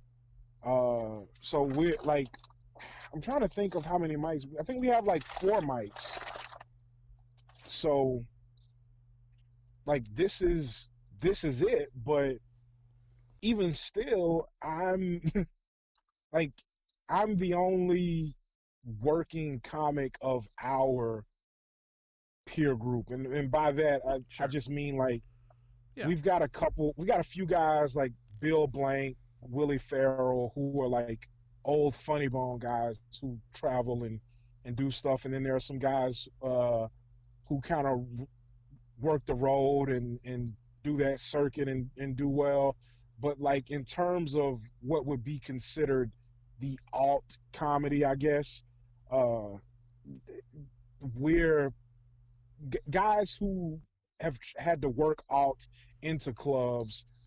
I'm the only one that's managed to do it, Sure. and it's weird because I come back every now and again, and I'll go to a mic, and there'll be a new people coming up to me, and they're like, "Oh, hey, you're Dante. I heard about you." And the guys who've been around, they're always like, "Oh, hey, good to see you." This, that, and the other. And these new guys have heard that I'm the one that is out on the road working, and then I come back and I'm working on something, and I go up and bomb because I'm not like a part of the in crowd that's just Right. gonna giggle Well, and and that's laugh at and that's what I'm everything. talking about those Zoom open mics. Yeah, That's what and that is. It's just like kowtowing to the in crowd, and like I'm not here to entertain other comics. If other comics find me funny, good, but that ain't what I'm going after. Because fucking we're all broke. Ain't no comic buying tickets to another stand up comic show. That doesn't happen. yeah, I, it's I'm laughing because I do. I'm the worst. Well, you're a sucker. You're a fucking sucker, my friend. I swear. I love going to shows and just like going as a participant. Like I'm just here to watch. But Well, you're a better uh man than I. that's true, but I don't that's mind. not I what don't this is mind about. watching as a participant, but I'm not going to pay to get in, right? I And will. I would never, I'll give and I some would also never charge a comic to see. Like if I'm running a show and somebody shows up and I know them to be a comic, I'm not charging them. Fuck that. for sh- for sure. I just like to throw $10 at whoever's doing what. Well, then go to Now, my Venmo, Corey Adam Comedy, and throw $10.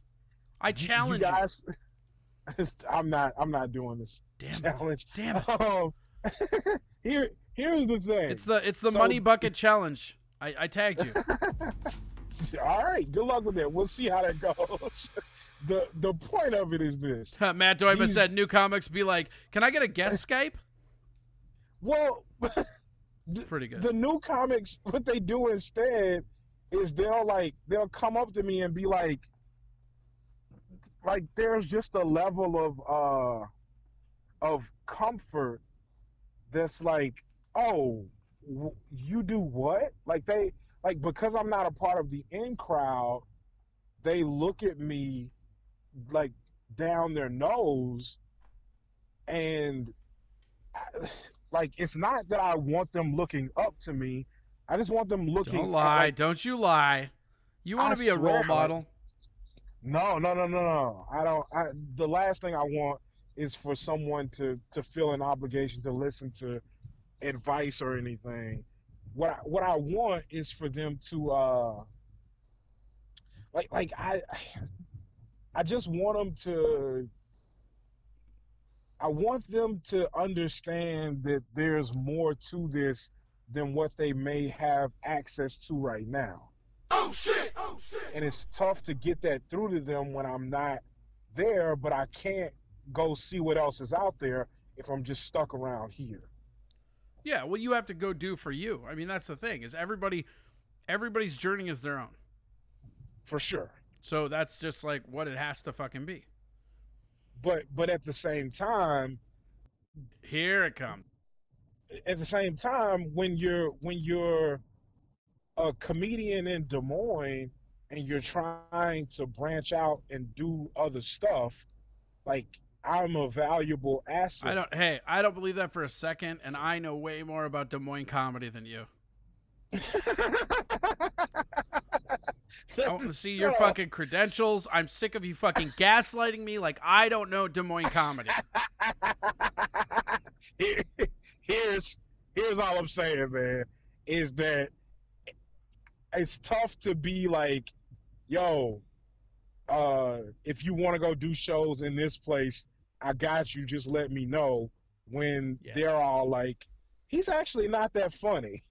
Yeah. Like, Oh no, I agree with that. I mean that's but a huge part of it, you know, because like again, all these people that come in and the people that are the most entitled are the least funny almost always. Like that's what I always thought was so weird, you know, because like in Minneapolis, we have all these giants just strolling around the scene, you know, like fucking Tim Harmston's here most of the time, Mary Mack is here most of the time, sometimes Chad Daniels here, Nick Swartzen pops in, all these giant fucking names, and there is not a single one of them that is disrespectful to a mic.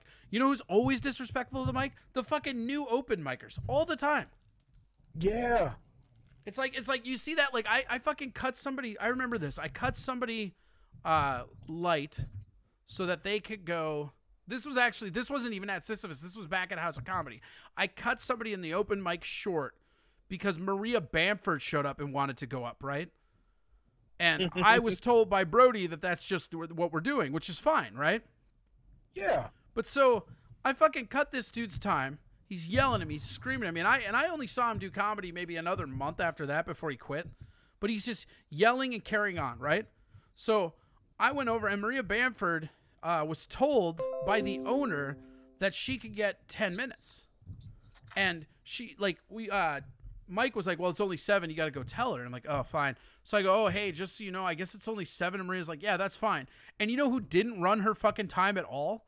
Maria fucking Bamford. She did her time, said thanks, was super gracious about it. And this asshole that we told had to like cut his time, he went over. He ran the fucking mic at a mic where Maria Bamford wasn't even running the light.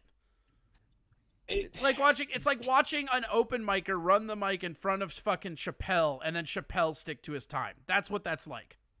Yeah, but that's the thing, because I'm not casting a huge shadow over the scene, because are I you think trying to that's the imply right you're not thing fat? to do. Because I think you cast a huge shadow, my friend.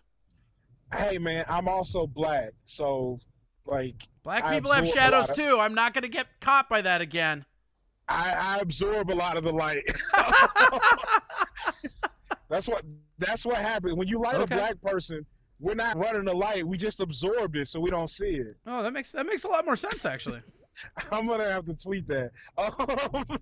So, but I mean, no, like for real, how do you simultaneously like get these people to understand, like, hey, we're all on the same page, we're all doing the same thing, but like, you have to, like, there's a certain level of professionalism to Yeah. this thing that you have to exhibit even at mics. Well, and I think too, it's And- with the smaller markets. I mean, I watched this when I used to go up to Fargo for mics. You know, the thing is too is that they don't know the game because they don't. You know, you understand it at a level they don't because you've been out there. You know, like Billy Blanks or the other dude that you mentioned who I forgot right now. But like the people that get out and are actually working the road, they understand what it is. Like the other people, they don't even understand, and they're you know. They just can't get it yet, and that's the kind of professionalism. It's ironic because they don't understand it, but because they don't understand it, they won't achieve. Right. I'll never forget. This is one of my favorite stories to tell. But like, I remember one Tuesday I went to our open mic here, and there was a new guy who he was less than a year in at the time. But I remember I went to this mic and I didn't have any paper to write some tags on, because I wanted to just do one joke and like work on tags. I had like a lot of stuff that I wanted to just see what was what with. And I went up, I did the joke. The joke went well, but then I just worked through, instead of retelling the joke and then tagging, I just layered these tags. So I tag. Sure. I'm just going in, and afterwards, it was a mediocre set, but afterwards, the new guy came up to me and he was like, "Is that like the kind of stuff you do to get you into festivals?" And I was like, "Oh wow!" I mean, like it You're just like, occurred to yup. me, but it occurred to me he had never seen me like work, and I just remember being like, "Wow, this dude thinks I suck." And then I went back to the table and I reached in my pocket and I was like, "Oh crap, I got a piece of paper in my pocket." And I pulled it out and it was a check from a festival I had just done for like $500. And I'm like, "Oh, like I'm not worried about what he thinks. Like if Yeah. that's how he feels, that's how he feels." But I have to like it put great perspective on what was actually happening for me because I like for a second I was like, do I need to start coming to mics to prove who I am Yeah. to the new Do I, guys? do I And need to then start roughing these motherfuckers up? yeah, and then I was like, oh no, I don't. I need to. Yeah. You're like, do I need to go prove who I am? Oh, no. I need to go to the bank and deposit this check. Yeah. And so I was just like, again, it's not a cocky like, oh, I'm working thing. It was just a very surreal moment where I was like, I can't worry about everything for everyone. I just need to do the best job I can for myself. And when the people who are willing to work like I was, when they come to me, I need to help them the way Bill Blank and Willie Farrell have helped me. I need to give them Pay it forward. opportunities. I need to, Yeah. introduce these folks to people who can help them. And so No, that's and I think that's awesome. And you know, my jokes aside of being a dickbag, like I think helping out the newer guys is one of the better like things about being a comic. I mean, I love when I'm able to help somebody that like is in a position where I can, because it doesn't happen often. I'm not a mover and a shaker, you know. Like I have enough Yeah. juice for my own career. It's very rare that I can help other people out. exactly.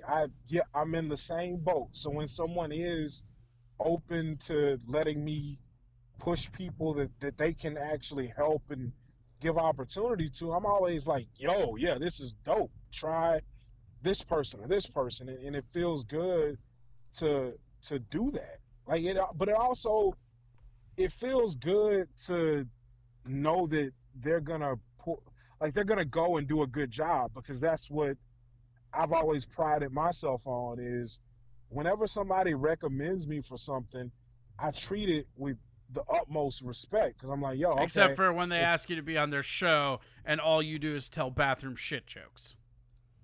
uh, don't forget the seagull thing, because that's got some legs. Well, we had to warm you up into the legs. You gave us a legless pile of poop. Yeah, to start, but that's to get You warmed that's up to though. get You found people off my your scent. stride. I'm actually we're gonna have to cut you loose. I was not anticipating this going that long, but like it's so Me good to either. hear from you, man. And like I think it's so awesome. Like we'll definitely, if it's something you want to do, we'll definitely have you on again.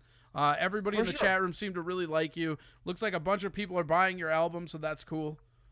Yeah, baby. Why Thank don't you give them one more promotion on where to find you and everything? You can find me on Instagram at Moose Rattler, MOOSERATTLER. You can find me Wait, is on. that real? That's real. Oh, Moose that's the Rattler. best. God, that's great. Yeah, baby. It's my old trucker CB handle. Moose Rattler. I'm Every rattling time, moose, every baby. time I think I've learned the most interesting thing about you, you just casually drop a moose rattler on me.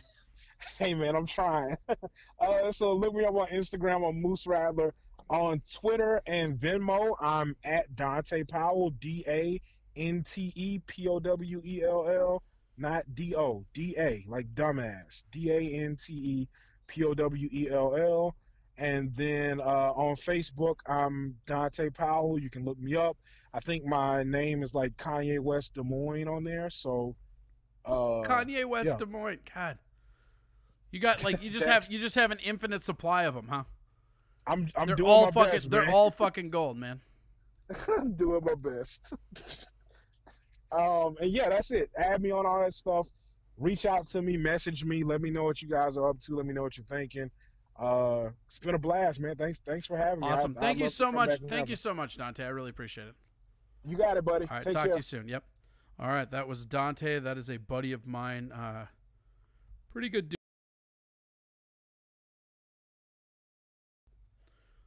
Stuff is all over the place tonight.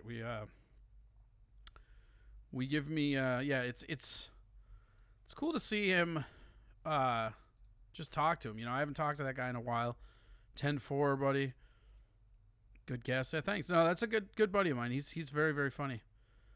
I quit comedy, but I don't want to give anyone the pleasure. I'd quit comedy. Yeah. Don't even, nobody gets the pleasure of you doing or not doing comedy. Nothing about you in comedy is pleasure oriented. Our guest needs a second yet, so hold on a sec. I think we're gonna watch those Stossel things that I've been trying to watch for a while. I think it's funny to do it right after Dante too, because he would probably hate these, but I don't really care. So hold on, let's bring these up. These were we did the contact tracing, we did the WWE. Yeah, that's pretty good. So we have this one. Let's do oh yeah, this garbage. Here we go. I'm gonna start comedy just to rage quit. You should, man. Rage quits are some of my favorite. I've seen some pretty great rage quits. So here we're going to watch a little bit of Stossel TV. Stossel, my favorite guy ever, recently left Reason TV, and now he's on doing his own stuff. This is a coronavirus thing that he was talking about with the money and the budget, and it's important to note all the budget stuff that's happening because there are heroes during this, and we need to be honestly understanding that and really doing this. This video is called Unsung Heroes, and this is by Stossel. We'll be right back. The media say we need big, bold, expensive action from the government. $2 trillion's a start, but the president must do more, they said. It's so important for the president to do more than just invoke the Defense Production Act, but actually implement it. The Defense Production Act lets government force companies to make things like medical supplies. What is the holdup? Why not use it now if that would answer their pleas for help? We're a country not based on nationalizing our business. Call a person over in Venezuela, ask them how did nationalization of their businesses work out? Not too well. No. Poverty and starvation consume Venezuela. Government dictating production leads to less production.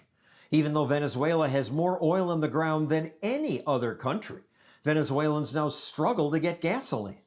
He waited in line almost 24 hours only to now be told there was no gas left. When government orders companies to do things, companies don't innovate. They're less able to adjust to market demand.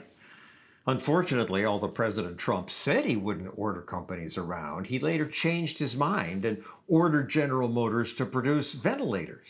But he didn't need to. The private sector was already on it. From Ford to General Motors to Tesla, automakers jumpstart production of ventilators. Other companies retooled to make hand sanitizer. The Moore brothers usually make premium gin, vodka, and bourbon. Now they're filling a need in a national emergency. We could probably make and give away 1,000 gallons a day. Is that just charity? No. If customers remember the good deed, the company will profit later. Ford just retooled to use 3D printers to make face masks.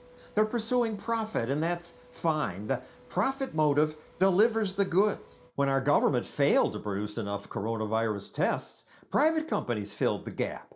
And even MSNBC noticed the difference. Outside of the government, some progress is being made. Private companies offered a test delivered overnight, but they were too fast for the government. Right now, the FDA has not approved an at-home test kit for the coronavirus. In a crisis, America's heroes are not the politicians who go on TV and brag about how they're in control. The real heroes are the people who do things. We're not giving up and we're not quitting. We do this because we love this country. No toilet paper, no nothing on the shelves, so we got to keep going. Truckers are a part of a larger chain of unsung heroes out there that are fighting hard to keep society together. But government's rules often make it harder for people like them to help. Before the pandemic, truckers were forbidden to work more than 11 hours a day. At least now the government says... Regulations suspended across the country. When not restricted by rules, people adapt in countless ways. I'm recording this on my cell phone because I'm not supposed to go to the office. Because people my age are told, don't go to crowded places. Supermarkets started opening early to let older people shop with less risk. The store is cleaned and stocked overnight, giving seniors a chance to get what they need. Since public concerts are forbidden, many artists are taking to the internet to host free concerts for their fans. Charlie Puth and John Legend are among the A-list musicians who have hosted gigs themed Together at Home. When not hampered by regulations, entrepreneurs find new ways to innovate. When government banned dining in restaurants. Servers have switched roles to delivery drivers, while bartenders have turned into sales reps. Jobs are being lost, but if businesses are free to adapt, they'll create new jobs.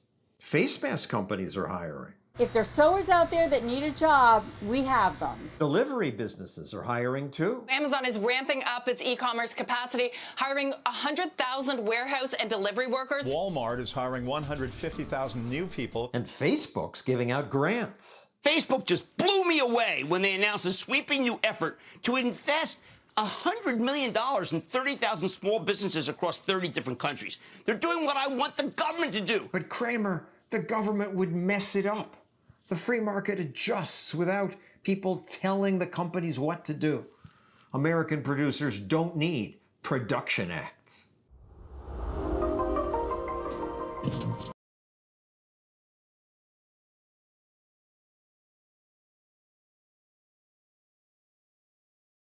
Working, there it goes. Hey, how's it going? Boom. That's the Stossel or the Stoss. I can call him Stotts.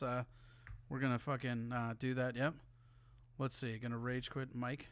What's that mic? That's a good little mic icon. Let's see. We got.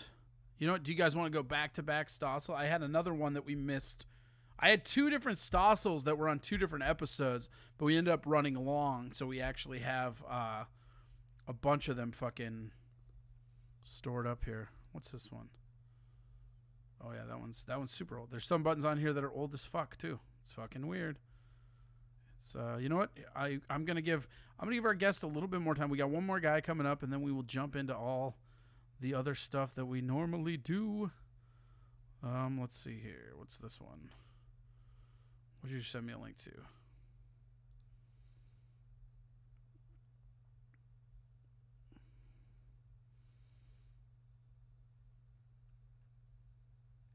Oh yeah, is it the CBS one? Yeah, let's do this actually. You know what, MME? I actually brought this up at the beginning. This is another one, so we'll pop this one up too. Product launch. This is this tracking shit is some of the scariest things ever to me. I just can't get over this. This is fucking like, these tracking plans are super fucking scary. The one on Friday, the CEOs of Apple and Google released this joint logo signifying their combined effort to combat the coronavirus. Next month, each company plans to roll out technology on their operating system. Look at those two assholes. We're going to monitor you and get rich while we do it. Yeah. Also, pretty funny how Sundar actually tagged COVID. Tim Cook did not. I feel like there's a little subtlety there. That can notify someone if they've been in contact with a person who's tested positive for COVID-19. That is such a bad idea! It is called contact tracing. Wired editor-in-chief and CBS News contributor Nick Thompson is here with details on this. Nick, a lot of questions about this. First, how does it work? The idea is that Apple and Google have made it possible to run this on top of their phones. You'll download an app. Run this on top of the phone. The app that you're downloading is actually, from what I've been reading, it's going to be part of your software update. So you open the app to access it, or it's just in the infrastructure of the new operating system. Good job, guys. We lose. Probably from the CDC or some other organization. And then what will happen is that through Bluetooth, it will keep track of all the phones that you've been near during the course of the day. So it will give me a number, and will give my parents-in-law in the other room, which within range of my phone, a number. Those numbers will shift, but over time it will build a log of every phone that you've been near for probably a period of, say, 5 minutes continuously. I think everybody will have a unique number and the data will be stored on their phone. Right. A lot of people. Then what will happen? Let me just say again. A lot of people have big private. That's awesome. Then see concerns about this, and one of the issues here is the opt-in part of it, right? You have to opt in if you want to do this. If people aren't opting in, does it still work? Yes. Did you hear that? If you're not opting in, it still works. This is one of the craziest things I have ever fucking heard. This is really bad, guys. Like, Facebook has been doing this for a while, but this is Apple and Google on your phone, crossing it with medical stuff. This is really bad. So you do have to opt in. What has to happen is enough people have to opt in, right? Because if my phone has been near yours, you test positive, and you haven't opted in, I don't learn about it. Because the system works where when... So if you keep your medical data private, it'll stay private instead of public, which we're trying to convince you is how it should be. This is fucking scary, guys. I really hate this. Somebody tests positive, their phone then tells the cloud, hey, I tested positive, I have these numbers. The other people then check in the cloud and say, oh, have I been near somebody who's positive? So if you've been near someone who has been tested positive for more than 5 minutes, you'll get an alert. The privacy stuff is important. You won't know who it was. You won't know where it was. And if you haven't tested positive, all of your data stays on the phone. So you're protected that way. So it's a complicated... But it doesn't stay on the phone. It's narking you out to other phones.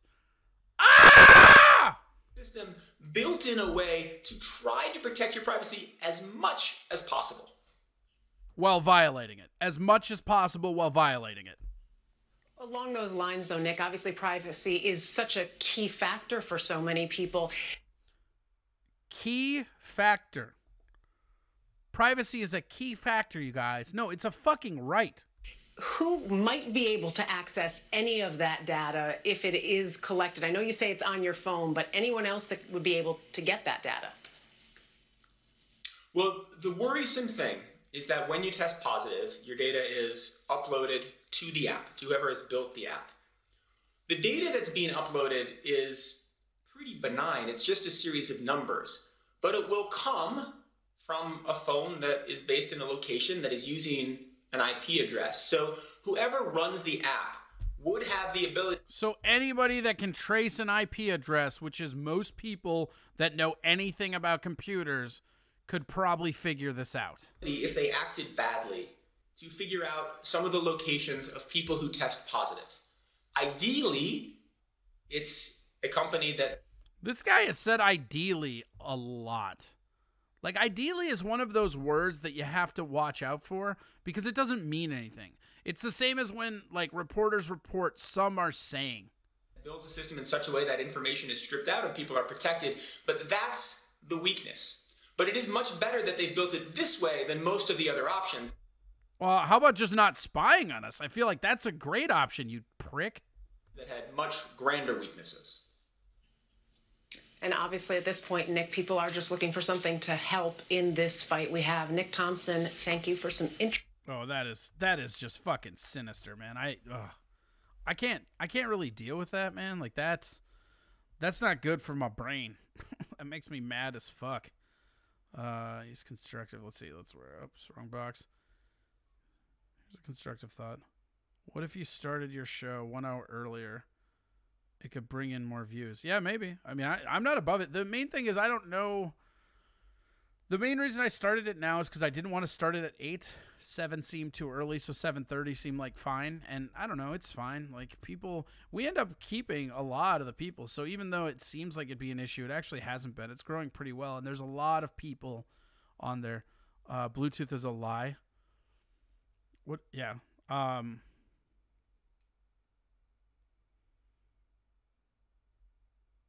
Google bought Fitbit. That's true. They did. Yeah, it's probably just the internet. Yep. Savage G. You'll keep your privacy until the government is kicking down your door and dragging you and your family out of your home. Right, because you're on a fucking list of infected people. I'm telling you. Like, putting people on lists never really goes over that well. Like, it's not It's not the maneuver you think it is, you know? It just doesn't work out that way. So fuck that. That's fucking garbage trash. I hate that all the way. I hate it all the way, you guys. Let's see here. Bluetooth pings everything around it on its own anyway. Bluetooth works, but now they're having an app keep doing keyway takeaway when it's going to turn Bluetooth off. But it doesn't matter because it's in the underwriting of the software. Like, you're opting in to use the software, but the software is being integrated into the OS. So no matter what happens when you hit upgrade on Apple and Google phone, any Google like Android operating system, it's already there. Even if you never download that app to activate it, it's there in the actual code of the fucking software. How do they range find device to device? Yeah, Bluetooth is what they're saying, but I don't know. Yeah, it's really, really fucked up. COVID city pages lists are toxic. Yeah, you hate city pages. I like it. Good for you. You're really growing here, Matt. Right in front of us. It's pretty great. Let's see if he's ready. I'm just gonna call him. Fuck it. I don't give a shit.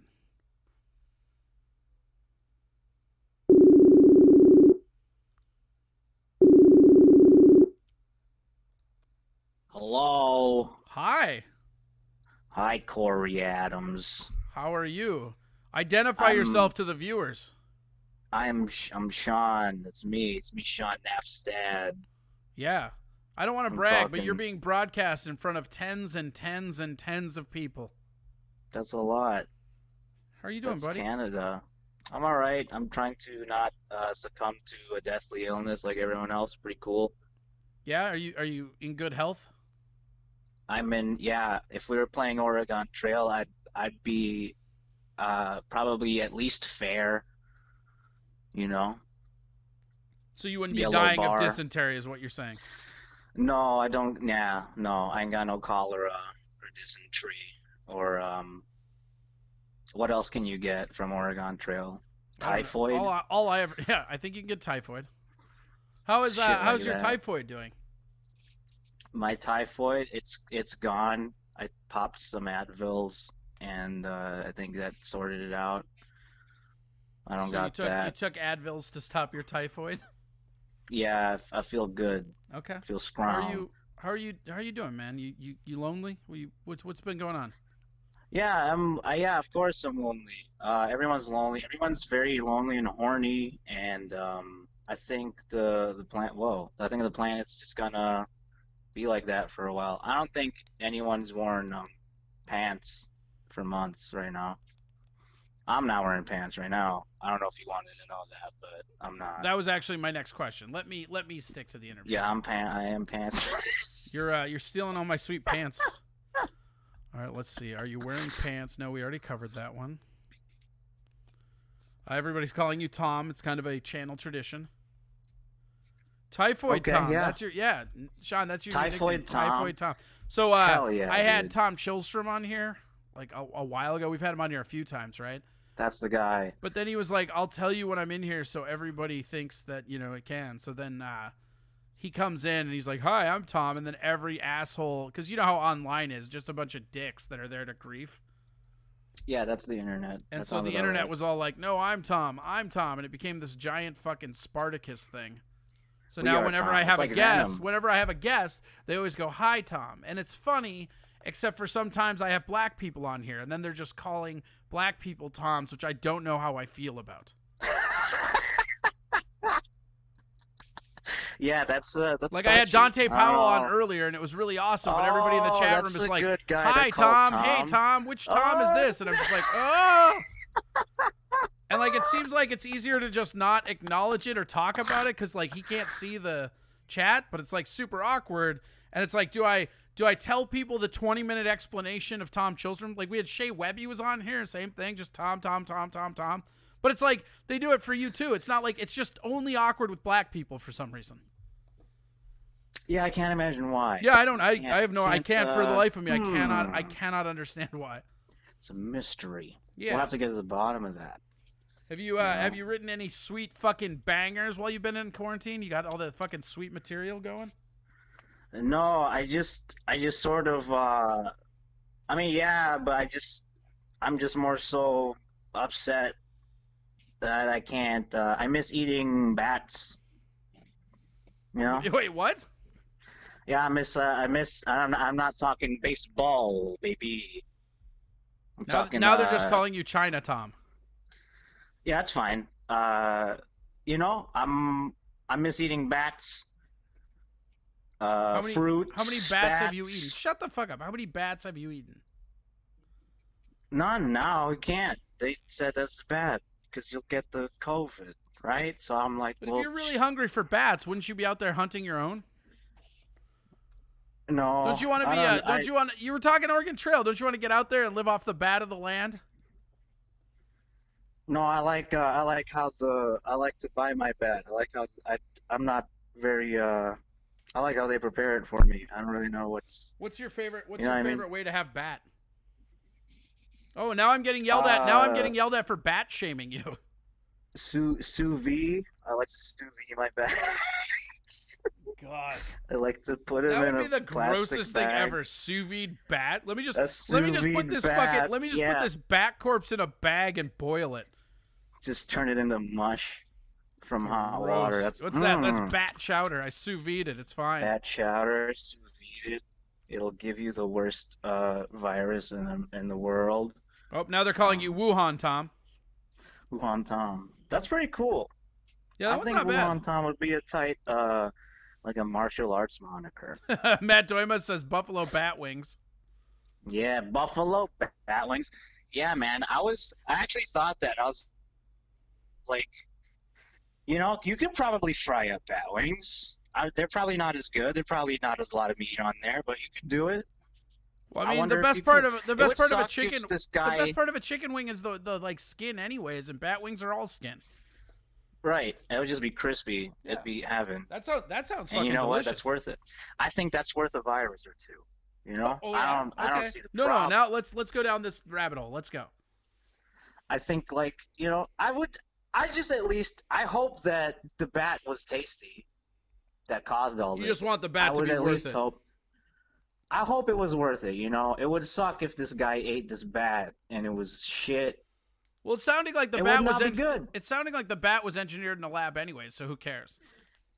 It just, either way, someone ate it and they got sick. I just hope it was a good Some dish. It would KFB, suck if Kentucky it Fried was- Bat.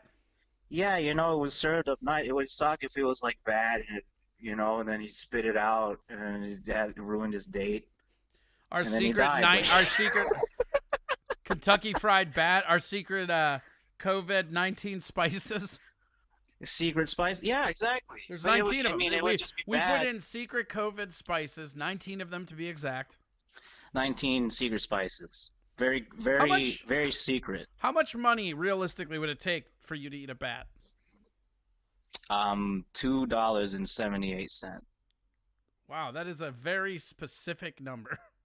Yeah, I'm not. I mean, I'll try it. Just make sure there's no COVID in it. I'll try it. You know, I'm not opposed. Like, dude, if somebody said, if I was eating something that was really good, and they're like, "That's bad," I'd be like, I guess I like bat. You know, it is what it is. I'm not gonna sit here and be like, "Gross! How dare you?" I'll be like, "Well, You're not gonna bat fuck. shame. I'm not gonna bat shame. I'm gonna be like, you know what?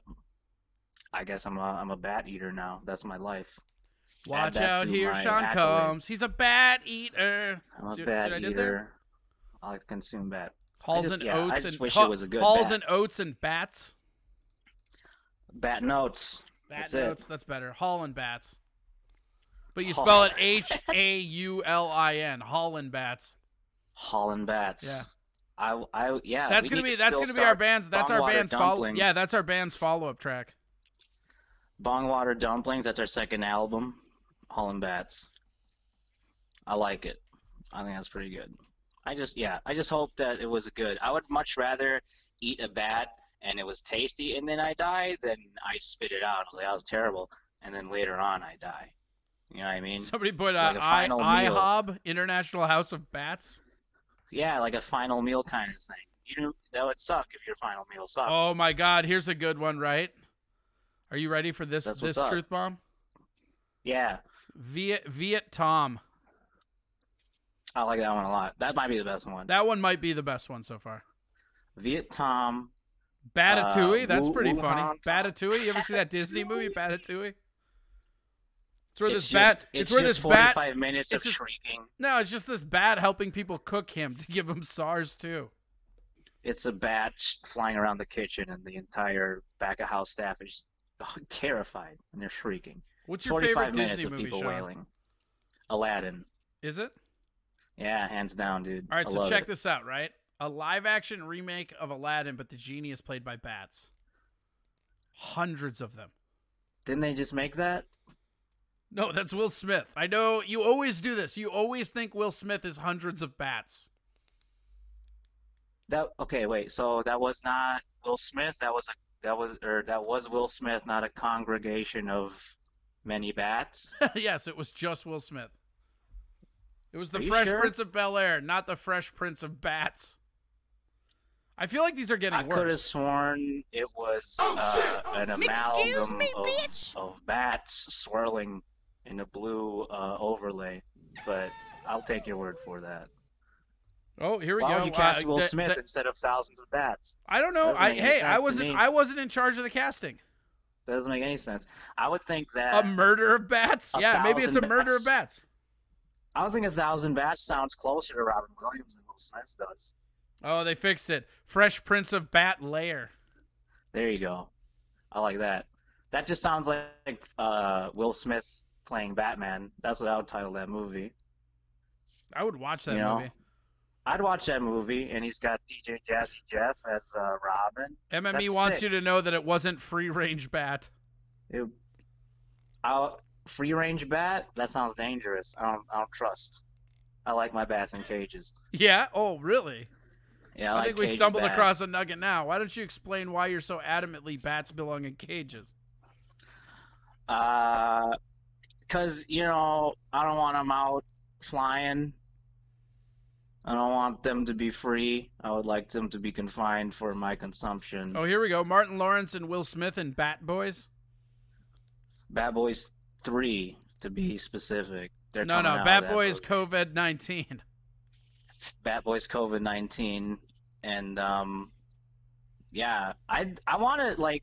Do you think that there's gonna be a shit ton of movies after this shit about this? There's gonna Yes. be like 15 Look at COVID-19 apocalyptic. Oh yeah, this pandemic is getting us 17 sequels to The Strain minimum. Yeah, I can see that, man. Minimum. I can definitely see We're that. getting like 7 more outbreaks. We're also gonna get another Rosemary's Baby, but it's bats. But it's made of bats. Yep. Bat Boy's gonna make a comeback, for sure. I think so. They'll remake that Bat Boy fiasco. All right, so check it out, right? What about a movie called Batman, but it's just an Asian person eating a bat for an hour and a half? Who books that? Can I audition? I would like to be that. Yeah, role. well, you were my first call, but I have to run it through the director.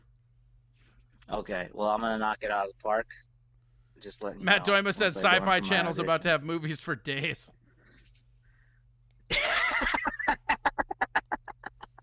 That'd be fucking great. I would watch these bad movies all day. I would watch that. Sci-Fi Channel. Matt also put SARS-NATO. I would watch I was the gonna say shit out of Bat-NATO. SARS-NATO. SARS-NATO sounds a lot better, though. I would definitely watch that. Starring Tara Reid and What about someone else. snakes on some bats on a plane? That's too lit for me, man. No, I man, might check be it out. Like, theater. it's a bunch of little snakes, and they're riding bats like horses all over this plane. That's scary. Yeah, it's a horror That's movie. scary. I might leave the theater out of fear. I might get too spooked. I'll What get if spooked what solid. if instead of a plane it was a train? Would that help? No, because you're more terrestrial. Come on, man. I You took know? out the scary edition of Altitude for you. The least you could do is watch my movie Snakes on Bats on a Train. I think the altitude would be a better factor because you can at least you can throw snakes off the plane and they'll probably die from the pressure change or whatever happens at high altitudes. I don't know. It's a straight-to-co Things like video that. release. That's pretty good. Who said that? You should have them be talking to you, not me. That guy's a genius. Kibra Hunting. Yeah, that's fucking Straight ridiculous. to co video. Yeah, It's that's very pretty good. cool. I actually really enjoy that. I like that shit. Dracula's Revenge. Now you're not trying now. And then somebody just put Wuhan Clan ain't nothing to fuck with. They're all over the board. See, some suggestions are good, some are not. That's you know, that's to be expected. With Oh this yeah, format. okay, this is a good one. Okay, so hear me out on this one, right? I know you're scared of the bats on or snakes on bats, right? That's too much. Yeah. What about bats on pangolins on a plane?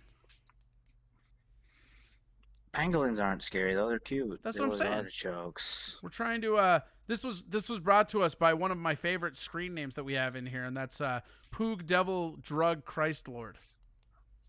That's a screen name. That person types that in every time they want to go on Twitch. And it wasn't taken, surprisingly. Very cool. Yeah, I don't know. Pangolins are pretty tight. I don't think that'd be scary. I think they would be just it would probably be hard to film. I don't think the pangolins would cooperate with the bats during filming. Are you trying to imply that pangolins are not that photogenic? No, I'm just saying they probably don't like bats. They're bigots when it comes to bat bigots? pangolin relate. Yeah, they don't like pangolin bat relations. And that's on the pangolin. The bats are a very tolerant species. The pangolins are the ones that are bigoted. Wow, you're just here spreading pangolin lies. It's the truth, man, my Look, brain no one wants can't to do hear it fast enough, but I wanted to combine pangolin with propaganda. Pangolanda? Yeah, it didn't work, right? That's what my brain thought almost immediately. Propagolins? I'm a pangolin truthist. Propagolins? I'm a pangolin truthist, okay? I speak for the pangolins. And, what are you, the fucking Lorax? I speak for the pangolins. Yeah. Which I should have, because I just said the pangolins are bigoted. So, yeah. I fucked myself over. So, I guess I'm confirmed for bat bigotry. I'm sorry. Even though that should be apparent. I've been saying I want to. Now you're gonna have to go to pangolin management classes. Yeah, I'm sorry, pangolins. Goddamn pangolins taking our fucking jobs. Pangolin's the most trafficked animal in the world. People like to eat their scales. There's no way that's true. That's true. How can they be the most trafficked animal in the world when they're like almost endangered? Because they're almost endangered. But that's why they're trafficked. That's the argument against it, though. If there's not that many of them, they can't be the. I mean, I guarantee you, people aren't fucking recording every fucking rhino skin that comes out of Africa, or tusks or something like that. I'm just saying, there's not that many. Look, I just read it on the internet, so that's got to be. Oh well, shit. Hey, you know what? I'd like to humbly apologize to you. I didn't realize that we're using. I read it online. Yeah. I read it on an article my aunt posted on the Facebook, so it's demonstrable. What if fact, people Corey. just believed everything they ever saw on the internet? I mean, that happens. Yeah. That's happening now a lot. by you and your fucking bullshit pangolin propaganda. That's true stuff, though. That's tried and true. Now somebody's screaming pangolin power, and I just got called a pangolist. So yeah, see, I got support out there. It's a movement. There's dozens of us. We will prevail. God damn it! That makes me sad on so many levels. I just don't want you to prevail. Hey man, someone's got to look out for these racist pangolins. Yeah. Okay, it's freedom of speech, man. It's freedom of speech, man. Let the pangolins say bats are gay or whatever. Not your best work. Not my best work. That's not my fault. That's pangolin's fault. For being bigots. And you saved it. You totally saved it. Those aren't my words. No, they are. You just said them. It's pangolin. No, I'm quoting the pangolin. I'm quoting the president of Pangolinia. Yeah. Pangolinia. Where they come from, the origin. It's weird that we've never been to Pangolina. They come out of the ground like soccer balls. Pangolina sounds like the most disgusting salad dressing ever. Pangolina? Yeah. I'm sorry, we're out of Catalina. We've got some Pangolina, though. It's made from ground up armadillos. It's not real pangolin. It's not even real pangolin meat. It's not even real pangolin. It's fucking armadillo meat. Have you Are ever had kidding those me? little refrigerated packs of imitation pangolin? Yeah, they're trash. They're so I don't garbage. like them. They're garbage. All sodium and bat wings. It's all sodium, armadillo nails, and fucking bat wings crushed together. It's garbage. Big Pangolin doesn't want you to know. Big pangolin, what like they're big doing. big pangolin money. Big Pangolin is hiding the truth from you, man. They don't want you to know that they're actually shilling out armadillo meat on the market. Doima says, "I can't believe it's not pangolin spray." Exactly. Exactly. I added He's the part of spray. movement. I took some liberties on that. That's fine. You gotta. Sometimes you gotta garnish the comments, man. Pangolin You gotta do it. supremacy underpins the West. Yeah, that's true. It's very true. Here's Jacob wrote one for you that just says bats are gay, and then it's a quote attributed to the great imperial pangolin. Yes, bats are very homosexual. And Is the that what makes them so pangolins- delicious? Yeah, their gayness. Okay. I mean, they take good care of themselves, and they're real muscular, so it makes them very delicious.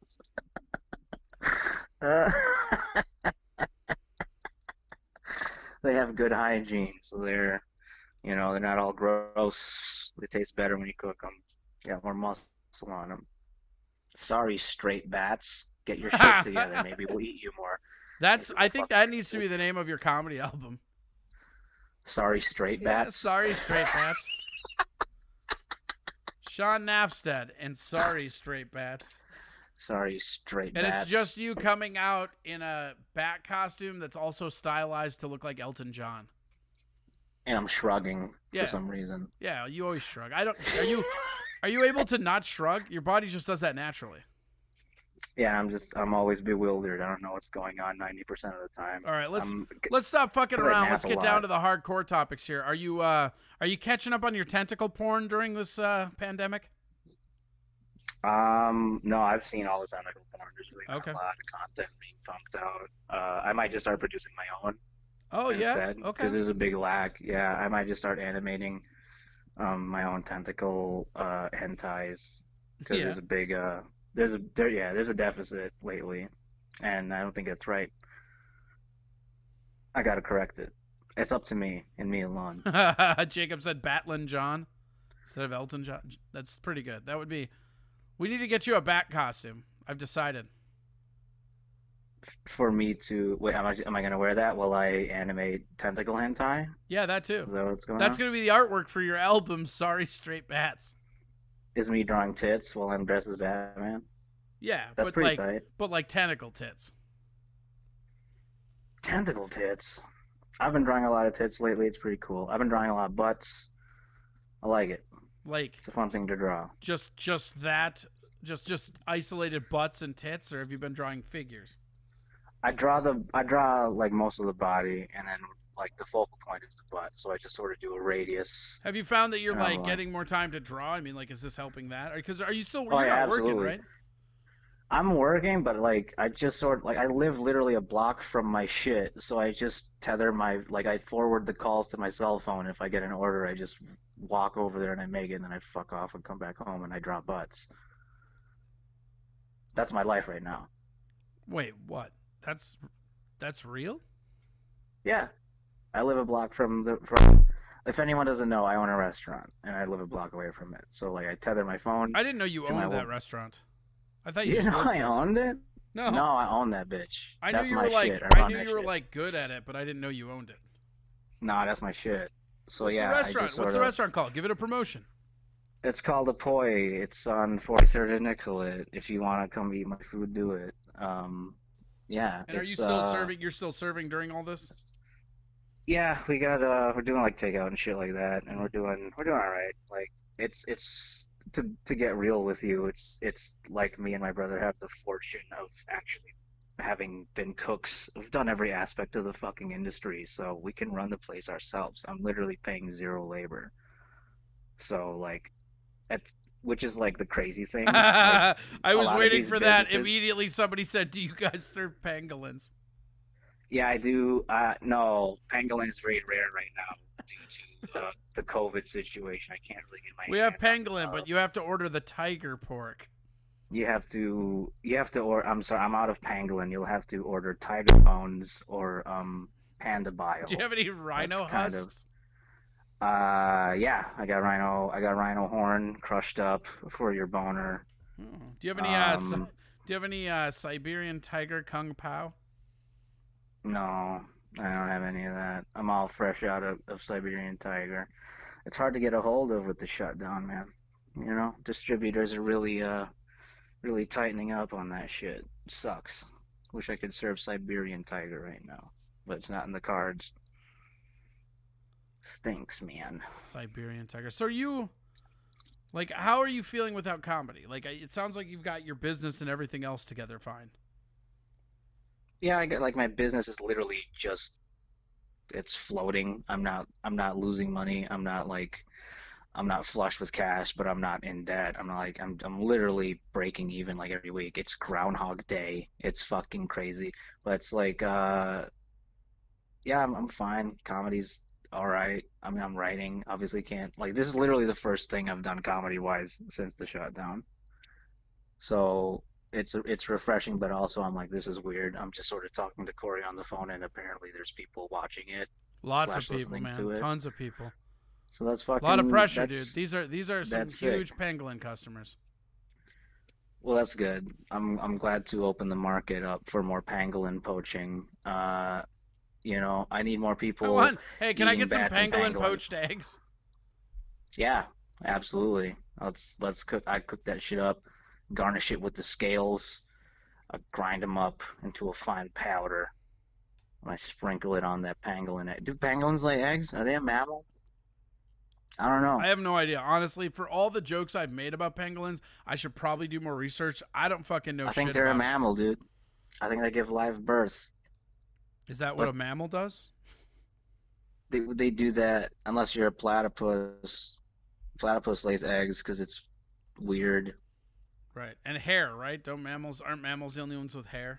Except for a platypus. They got hair. Like platypus is they like the got only. milk. It's like a mammal that lays an egg for some reason, right? Yeah, we don't talk about them. What? They're the redheaded stepchild of the mammal world. Is the platypus. I never You know knew what you I were mean? so into zoology. I'm surprisingly knowledgeable about like this is not a bit. I actually know. I don't know why. I think I just like nature docs and smoking copious amounts of weed. So I end up with like weird marine biology trivia a lot of the time.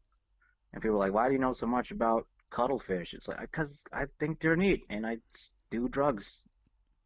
Sorry, you know? What's the craziest thing you've watched on drugs, nature-wise? Like, what was the one thing you saw in, like in a nature thing while on drugs that was like, wow? I was I was watching a lemur shit everywhere in night vision. Wait, what? Yeah, I was watching. It was on Netflix. It wasn't Planet Earth. It was some other thing. What's it called? It's like our planet or something. It's some shit like that. And but it was specifically about like the jungle at night. So the cameras all had night vision, and they were filming this lemur that really likes to mark its territory by having violent diarrhea everywhere. But it's in a tree, so it's just like shitting on a thin tree branch, and then the rest of it is just falling down on everything else. That's fucking crazy. And since it's in night vision and it's all like thermal vision, the poop is all glowing, so you just see just a bunch of liquid shit being sprayed and you know, I'm just like, wow, this is a tiny lemur. I don't really know where it's storing all of this Jake diarrhea. says he saw that too. He saw that shit. Like it's funny because you can see the little lemurs. You can see his dick dangling. And he poops all over his dick. He doesn't care. He just goes about his day, or night rather. He goes about his night just shitting longitudinally along tree branches, and that symbolizes this is my house, you know. And I respect that. It's gonna be his house now that he shit on his dick about it. Yeah, I wouldn't mess with that guy. No, how could you? That's his house. Yeah. But they were getting hunted by like mountain lions and shit. So I guess mountain lions don't really care if you got a little bit of shit on you; they'll eat you up. It's unfortunate, but you know, he tried his best. No one else came by him, but a mountain lion did. Mountain lion doesn't give a fuck. He'll eat your shit. Very violent animal. I think my favorite was like, I remember watching some kind of weird thing where a bunch of monkeys were jacking alcoholic beverages from people. It's like this, I know it's what like you're this talking about. resort town, and they famously have just a problem with these monkeys, and they just like, they jump straight over the fence, grab the drinks, and then just fucking haul ass. And they did like, it was like, I think it was on like Animal Planet or something, but it was like 20 minutes of these fucking monkeys just ganking people. It's the funniest thing I've ever seen in my life. And then they're all just laying around drunk as fuck. Yeah, it's great. Yeah, I know exactly. Yeah, I know the clip you're mentioning. It's some resort, and they have like, what the fuck is it's like that Ace Ventura monkey. Well, and like that's like spider monkey, that fucking capuchins. spider monkey or some shit like that. That like spider monkey / capuchin shit. And they just run in and grab. Gank plastic cups full of sugary. The chat room can't get over the beverages. shitting on their dick thing. What's wrong with shitting on your dick? I'm asking for a friend. No, I didn't say anything's wrong with that. He said it's a very powerful move to do. But I Jake guess says, calm mountain down. lions No disregard need to it. shit on your dick about it. That's good. That's fucking good. Yeah, but like these monkeys get turned up. It's cool. They go definitely know around how and to party. Have you seen those like lazy ass Japanese monkeys that just like sit in the hot water and they're like, fuck this? I think they're Yeah, just those called. I guys think got they're it just called good. snow monkeys. Yeah, they got it good, man. They figured it out. They're like, I'm just gonna chill in this hot spring all day. And I think they're also like a tourist thing too, so people feed them. Yeah, People will well, give them I shit, know in so that they one got it clip I was good. mentioning before, that was a big thing because like they literally were feeding people or the monkeys because like they would get tickets to come there and see them. That was like a thing. Like they literally wanted to make sure that like they got jacked by these monkeys. Like I think they like somebody wised was up. even complaining because they didn't get anything stolen by a monkey. What the fuck do you want to get stolen by a monkey, man? This guy didn't steal my Kodak film. I'm outraged. He Doima stole says my anything with vacation David footage. Attenborough, I'll automatically watch. Yeah, I don't know if it was narrated by David Attenborough. I think that might be the defining factor of why I know it's not Planet Earth. Who's your? because it All right, wasn't here, narrated dude. by Check that this dude. out. You ready? Top 5 nature personalities. Go. Oh, for sure, David Attenborough is top seed. Are there even 5? I don't know. think I know 5. Crocodile Hunter, right? But he's like actually Jack in it. He's Hanna. not Does Jack narrating Hanna count? shit. That counts. Jack Hanna sucks, bro. I'm not saying he doesn't suck. You said are there even 5? I think Jack Hanna's a hack. Well, Steve I think he's a Irwin hack was. Steve fraud. Irwin was awesome. Steve Irwin was awesome. But I Joe don't think Exotic. that Does would- Joe Exotic count? I'll give him an honorable mention. Yeah, Okay, why yeah. not? I feel like Joe Exotic. I think should he's count. earned that. Yeah. I think he knows more about tigers than I do for fucking sure. So I'll give him a pass. Yeah, I don't. Who the fuck? I would like if I knew nobody Yeah, except Carol Joe Exotic and I needed Baskins. Carol tiger Baskins is a expertise. personality in nature.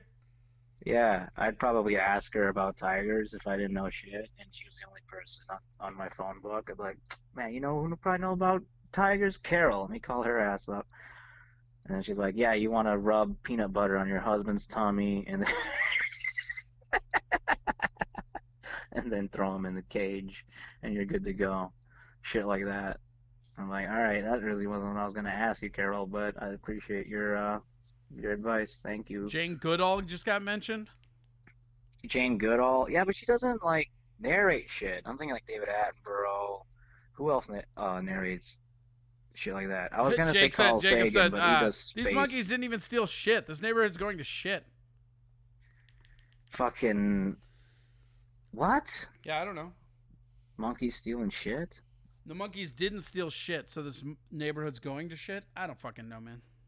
Morgan Freeman doesn't count. He doesn't get an honorary mention just because of one Penguin documentary. I refuse. He does penguin stuff. I really don't know anyone aside from David Attenborough. I think I might know one What other a weird person. conversation that would be Stephen at like the Fry. National Geographic, where like Morgan's like, I really They gotta be just do British, penguin man. stuff. I would say to breach top 5 of nature narrators, you gotta be British at the very least. That's a prerequisite. I don't think so, man. I think Steve Irwin's got to be number 1. Some kind of accent, but he's not. I guess he is a narrator. But you usually see him like in there. He's not off screen. He's in the nitty gritty, wrestling, gator or something like that. You know what I mean? He's not just in a booth going, look at this beaut. No, he's actually next to it being like, I'm gonna punch it and see what happens. I'm gonna try to steal its babies and see if this goes well. Wow, and usually did for him because yeah, cool. I mean, I guess it was just because David Attenborough has like all the fucking National Geographic stuff, right? Yeah, he's tight. I would probably I think he'd set the bar for narrating wildlife shows. You gotta be British and over 50.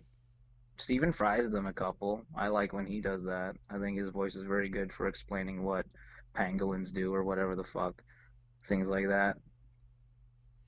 Yeah, all right. Maybe Attenborough can be number 1. I don't care. That's fine. You win. I'm just saying that because I can't think of anyone else aside from him and Stephen Fry, but they're like the same dude, basically. Except one's gay. You know what I mean? I can't even I don't even know how to Google that. Like, I looked up top 10 nature personalities, and that's just, a bunch of lions being assholes. The lion is the top nature personality. Seems like. I can see that. King of the lion. concrete jungle too, it appears. Yeah, that tiger's probably got good clout online, I would say. Yeah, he's got great rating on eBay. Yeah, they got a good PR team, yep. Tigers and always lions. Using his pay claw to pay for things. Yeah, he's got good economic wisdom. The lion. I don't know if people know that. The lion, very financially savvy animal. Is that something we're just supposed to know about lions? Yeah, they really know how to pinch a penny. They're very frugal animals. Really? What would you say is the most frugal animal in nature? I'd probably go with your mom. Oh, got you. My mother.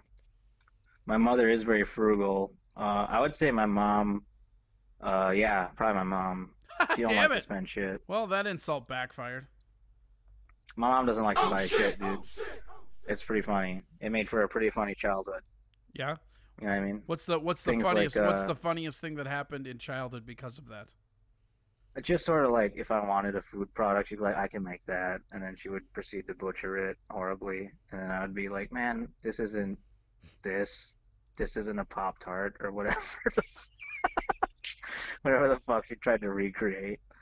And I'm like, this ain't it, Ma. What are you talking about? You should have just shelled out $3 and I wouldn't be upset. You could have just shelled out $3 and we could have had delicious churros, Mother. And I could have just had a Pop-Tart and not be like, why is my mom so weird? But no, yeah, she just doesn't like to spend money. She really doesn't. To this day, she'll Does she not have money? Was she poor growing up? Because sometimes that's what does it. Yeah, she was poor growing up, so she's just a big penny pincher, and So what's the funniest thing she's ever pinched a penny for around you? There's got to be one situation where you're like, God, that's insane. Let me see. I don't know, man, because if it was out of necessity, she would always be like, all right, you need it. But the only real thing, if she could make it herself, she's gonna do it. And that was usually things like food or things like that. She was if I had to have it, she'd let me have it. But if she saw it as something that's really not necessary, like a toy or some sort of food product, she'd be like, you don't need that shit. Shut up. And you know what? I'm thankful for that as an adult because I'm not fucking materialistic. I guess she did it right.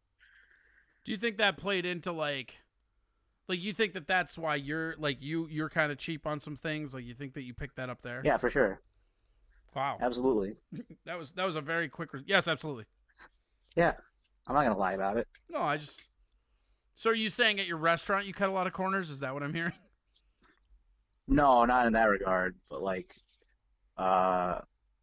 like, I don't really treat myself that much. If I buy something, I'm like, I'm just gonna not break this for 3 years. I can vouch for that too. I don't think I've ever seen you wear anything that you didn't say you got like given to you or found somewhere. Yeah, I like finding food. That's my favorite thing. If I find food, I'm like, this is tight. I don't have to buy this, and I'm gonna eat it without worrying about where it's been from. If it's unopened, you know. If I find that's not even true. I've found egg rolls, and I've been like, this is cool. I'm gonna eat this. So we said that the homemade Pop-Tarts seem out there. Is that why you were a cook? Because the Pop-Tart incident? No, that's just sort of happenstance. That's just sort of like the job I found after. That's just how the cards like, laid, as it were. That's how the card lays, and now I'm like, yeah, I can cook. That's not hard. I don't have like, you know what I mean? I'm not like fucking Gordon Ramsay out here, but I'm not an incompetent fuck. I know how to cook shit. Being Gordon Ramsay would be insane. I don't know if I could handle that smoke. You know? I remember when he killed a puffin. Gordon Ramsay killed a puffin? Yeah, like look up puffins. Like he goes sky fishing and actually kills one. It's super weird. Does he eat it, or is he just they then blood? cook it? No, he just breaks its neck, just leaves it there. For sport. Fuck you. Yeah, we're gonna go cook now that I've established my dominance over this fucking bird. Yeah, The fucking puffin, more like the gargling Can you on his do own that? broken necking. I thought they were endangered. You couldn't do that. You can do it in Iceland. Okay. Yeah, that's true. It I've don't had matter in puffin. Iceland? I've eaten puffin. Are they good? Yeah, I know there's a they're cereal real good. named I'll after tell you the this: puffin. shark and whale, not that good at all. Puffin is fucking delicious. It's like Yeah, I think like isn't shark and whale more of a superstitious thing? It's yes, more of like shark if and you whale eat are this, you'll garbage. get Like they're a just not big, that good. You'll get a big dick or something like that. KFP, That's what all the yeah, animals are Kentucky about. Fried Puffin, into that. Yeah, I would eat that for sure. I would try a puffin. I just knew that there was a brand of cereal called Puffin. I didn't know you could Sugar consume. puffs, sugar puffins. Oh shit! I know it's just called Puffins and it's trash. Is it? Wait, that's a real cereal? Yeah, it's just called Puffins. Is it like a Maybe it got multi-meal cereal or discontinued. what? No, it's just a thing that exists, and I don't. Maybe not anymore because I don't. Oh I God! I did What not if like we- it. Yeah, wow. Okay. Did you hold on. Google it? Yeah, I'm googling it Google right this now. shit. It's got a I'm gonna picture bring of it up the for- bird on it. Yeah, it's got It's a got a picture bird of on it. Those look like they fucking suck. They look like those fucking. Yeah, they're not good. They look like those fucking Crave cereals. Like they just They're pulled these off the terrible. market. They look fucking garbage. Yeah, they're garbage. They're like Weetabix. It's awful. You don't want no part. You don't want no part of Peanut Puffin butter and cereal. chocolate. It should be so good though.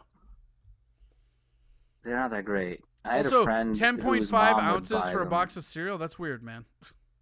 Yeah, I don't get it. They're not Do you good. think they're better They're than not worth- WWE Bootios? I don't know what that is. Is that a thing? Yeah, WWE made a cereal called I'm gonna Google Bootios. this right now. Let me use my cereal expertise to judge this. Booty-O's? Yeah, Oh Booty my god, it's O's. like it's like the first thing Yeah, that it's pops exactly how into you think it's autocomplete. spelled. Let me see this shit. What's the box look like? Okay, it's three dudes Yeah, really digging in. yeah. And Digging into that these booty. Bootios. What is this? What am I looking at? It's a cereal. What's entering my eyeballs? Okay, wait a minute. I don't know who these guys are. Are they a troupe in the WWE that I'm not familiar with? Yeah, the Bootios troop. They're called the Bootios? No, they're it's three guys. I forget. Who are these dudes? They're just three I dudes. don't know these guys at selling all. Bootios. But New they got Day. a That's what it is. cereal, The New Day. That's what they're called. But they got their own cereal. They're like Migos have like a chip brand I've Dude, seen. in the- Migos chips are so good. Are they really? Yeah, Rap Snacks. Rap Snacks are the shit. Are There's they also really? this weird ass Russian Oreo candy I just found. I'm gonna try some now that you've said that. I thought they were just like Oh, they're you know, Asian. Oreo O's Dong So Food. All right. Oreo O's are they're very rare. They're endangered species. These are $22 a box, so I believe you now. Yeah, Oreo O's. Those are probably from like 2001, what you're eating or some shit, just some unopened box. Well, they're That's just how they sugar. do They're Dunkaroos. fine. Yeah, that's how they sell Dunkaroos. That's what I used to do. Oh, Do you remember Dunkaroos! I loved me some Dunkaroos. Yeah, you used to be able to just buy surplus Dunkaroos off the internet on like Amazon and eBay. There's Now a it's giant, bad. way too long link that you can click on to look at some weird ass foreign shit. For Dunkaroos? No, I wish it was for Dunkaroos. I fucked up. Should have been Dunkaroos. Yeah, Dunkaroos are still around, but they're not like new. You know what I miss? You know what I miss? And this is probably before your time. So there used to be a s'mores cereal, but it's not like the s'mores cereal now. Like it used to have marshmallows and like it was like marshmallows and golden grams basically, and it was fucking awesome. And then it disappeared for a long time, and then like when it came back, it was a completely different cereal, and it fucking sucked. I know the one that you're talking about that's garbage. There was a Kellogg cereal called S'mores. General Mills, and it's s'mores. Here, I got it right now. I just found it. I cannot believe with this. a Z. Nope, no Z in this one. What? No Z. Okay, I'm fucking up then. Let me see here.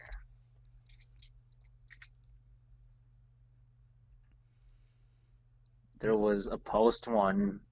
They collabed with Honey Maid. No, that's the one that cereal. sucks. That's the one that came back. Like here, I'll show you. Where are you? I'll show you. It's on your Facebook Messenger right meow, which is probably hard for you to access right now. But oh shit. But yeah, if no, you just... I'm in front of a computer. Oh, I shit. am the internet. I'm an internet veteran. There you go. There's a link for anybody that wants to see what I'm talking about. Well, let me check this shit out. Let me see here. And like half of them were S'mores like, oh shit. Yeah. No, I don't know what this is. This was like the best fucking cereal ever. Look at this fucking One Punch Man on the side of the page. What is this guy? I like it. Oh yeah, that's crazy. That's the One Punch Breakfast Man. Your one-stop breakfast shop. That's Saitama. He's got a cape. Yeah. In this, he's got a blue. He's blue Saitama. This looks tight. I would eat this. Yeah, the one that Honey Maid made is fucking garbage. I bought them on accident, thinking they were the same thing, and they were not. And these are they're not Golden Grams. Right, but that's what these were like. Literally, they were like Golden Grams with like Lucky Charms marshmallows, and then like a little bit of like every other one was like a chocolate Golden Gram, and it was the fucking best thing ever. And then Honey Maid comes back, and they're like, "Hey, what if we did this, but we fucking suck at it?" Yeah, that was a bad move. Why would you discontinue this cereal? This looks amazing. Right, and then like you look at the Post one. Here, for people that can't see it there. Whoops, yeah, there's a Post one that looks whack as shit. Yeah, the Post one is like, it's like Honey Grams with Cocoa Puffs and then some garbage marshmallows. That is not... There's also was a S'mores Crunch. That's weird. I think that was before they changed it. But the one, when I was a kid, it was the S'more Grams. Oh, I clicked on the... This is Korean as hell. These Oreos? Yeah. What is this? Like a swastika... Yeah, I don't know. The box. Oh man, it's all Nazi. It's all Nazi Germany to me, man. It's so crazy how I don't know any Korean at all. Yeah, that is weird. You'd think like. Do you at least know the lyrics to Gangnam Style? Right. You'd think if you know some Japanese, you'd be like, I can probably nothing, and none of it is translatable. It's all different. It's all alien shit. It's crazy. I can say that because I'm Asian. You can't. You'll get canceled. Wait, what? You'll get canceled culture. Why? I don't know. That just sounds like something people get upset about. I love the Asians. I love the Asians. The Asian. Congratulations, Sean. You're the one I like. I'm the one you can say. I got an Asian friend. Yeah. No. Yeah. It's I got an Asian friend. He's a cool guy. Yep. He sells pangolin. Yeah. Yeah, dude. I'm telling you, man, this guy's super cool. You're gonna like him. He sells pangolin. Pangolin. He fucking he knows how to fucking get some rhino tusk on some fucking speakeasy shit. It's pretty great. Yeah. I'm legit. That's legit stuff. Yeah, this Honey Maid, the box doesn't even look good. They weren't even trying, man. Right. It's garbage. They weren't trying at all. But there's another one called S'mores with a Z, made by Kellogg's. I don't know how that is. Gross. It looks promising, maybe. I don't know.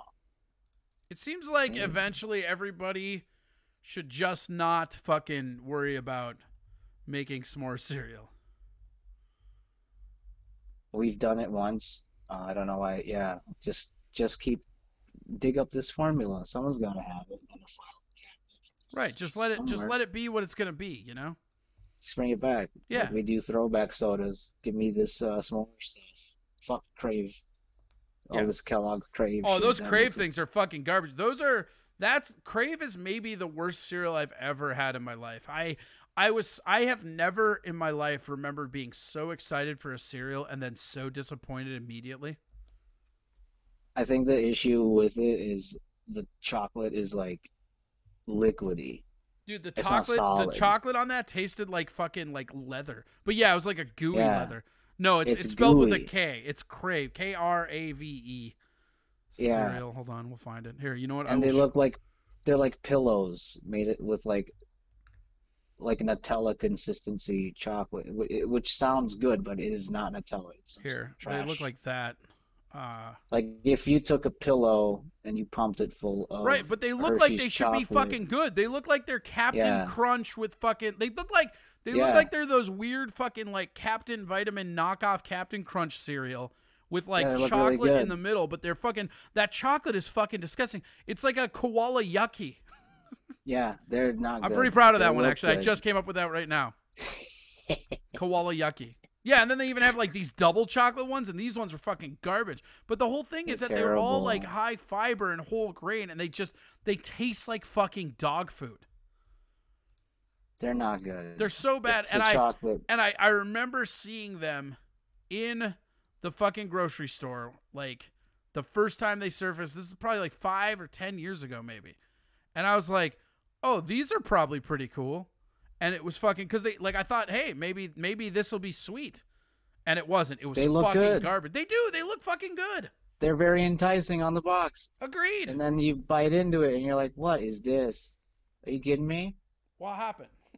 What the fuck You happened? bite into it and you're What just like, what happened? What is all this shit? It's fucking garbage. yeah. If the chocolate was solid, maybe it'd be better. But I don't think so. It's just not well made. I remember Yeah, someone it's not made people well get at all. excited about it. And I remember someone having a box of it at some point. Like, when did this shit? It's like a fairly new cereal too. It's not like it's been out. It's like a newish thing. But I tried it and I thought it was gonna be good, and I was like, oh,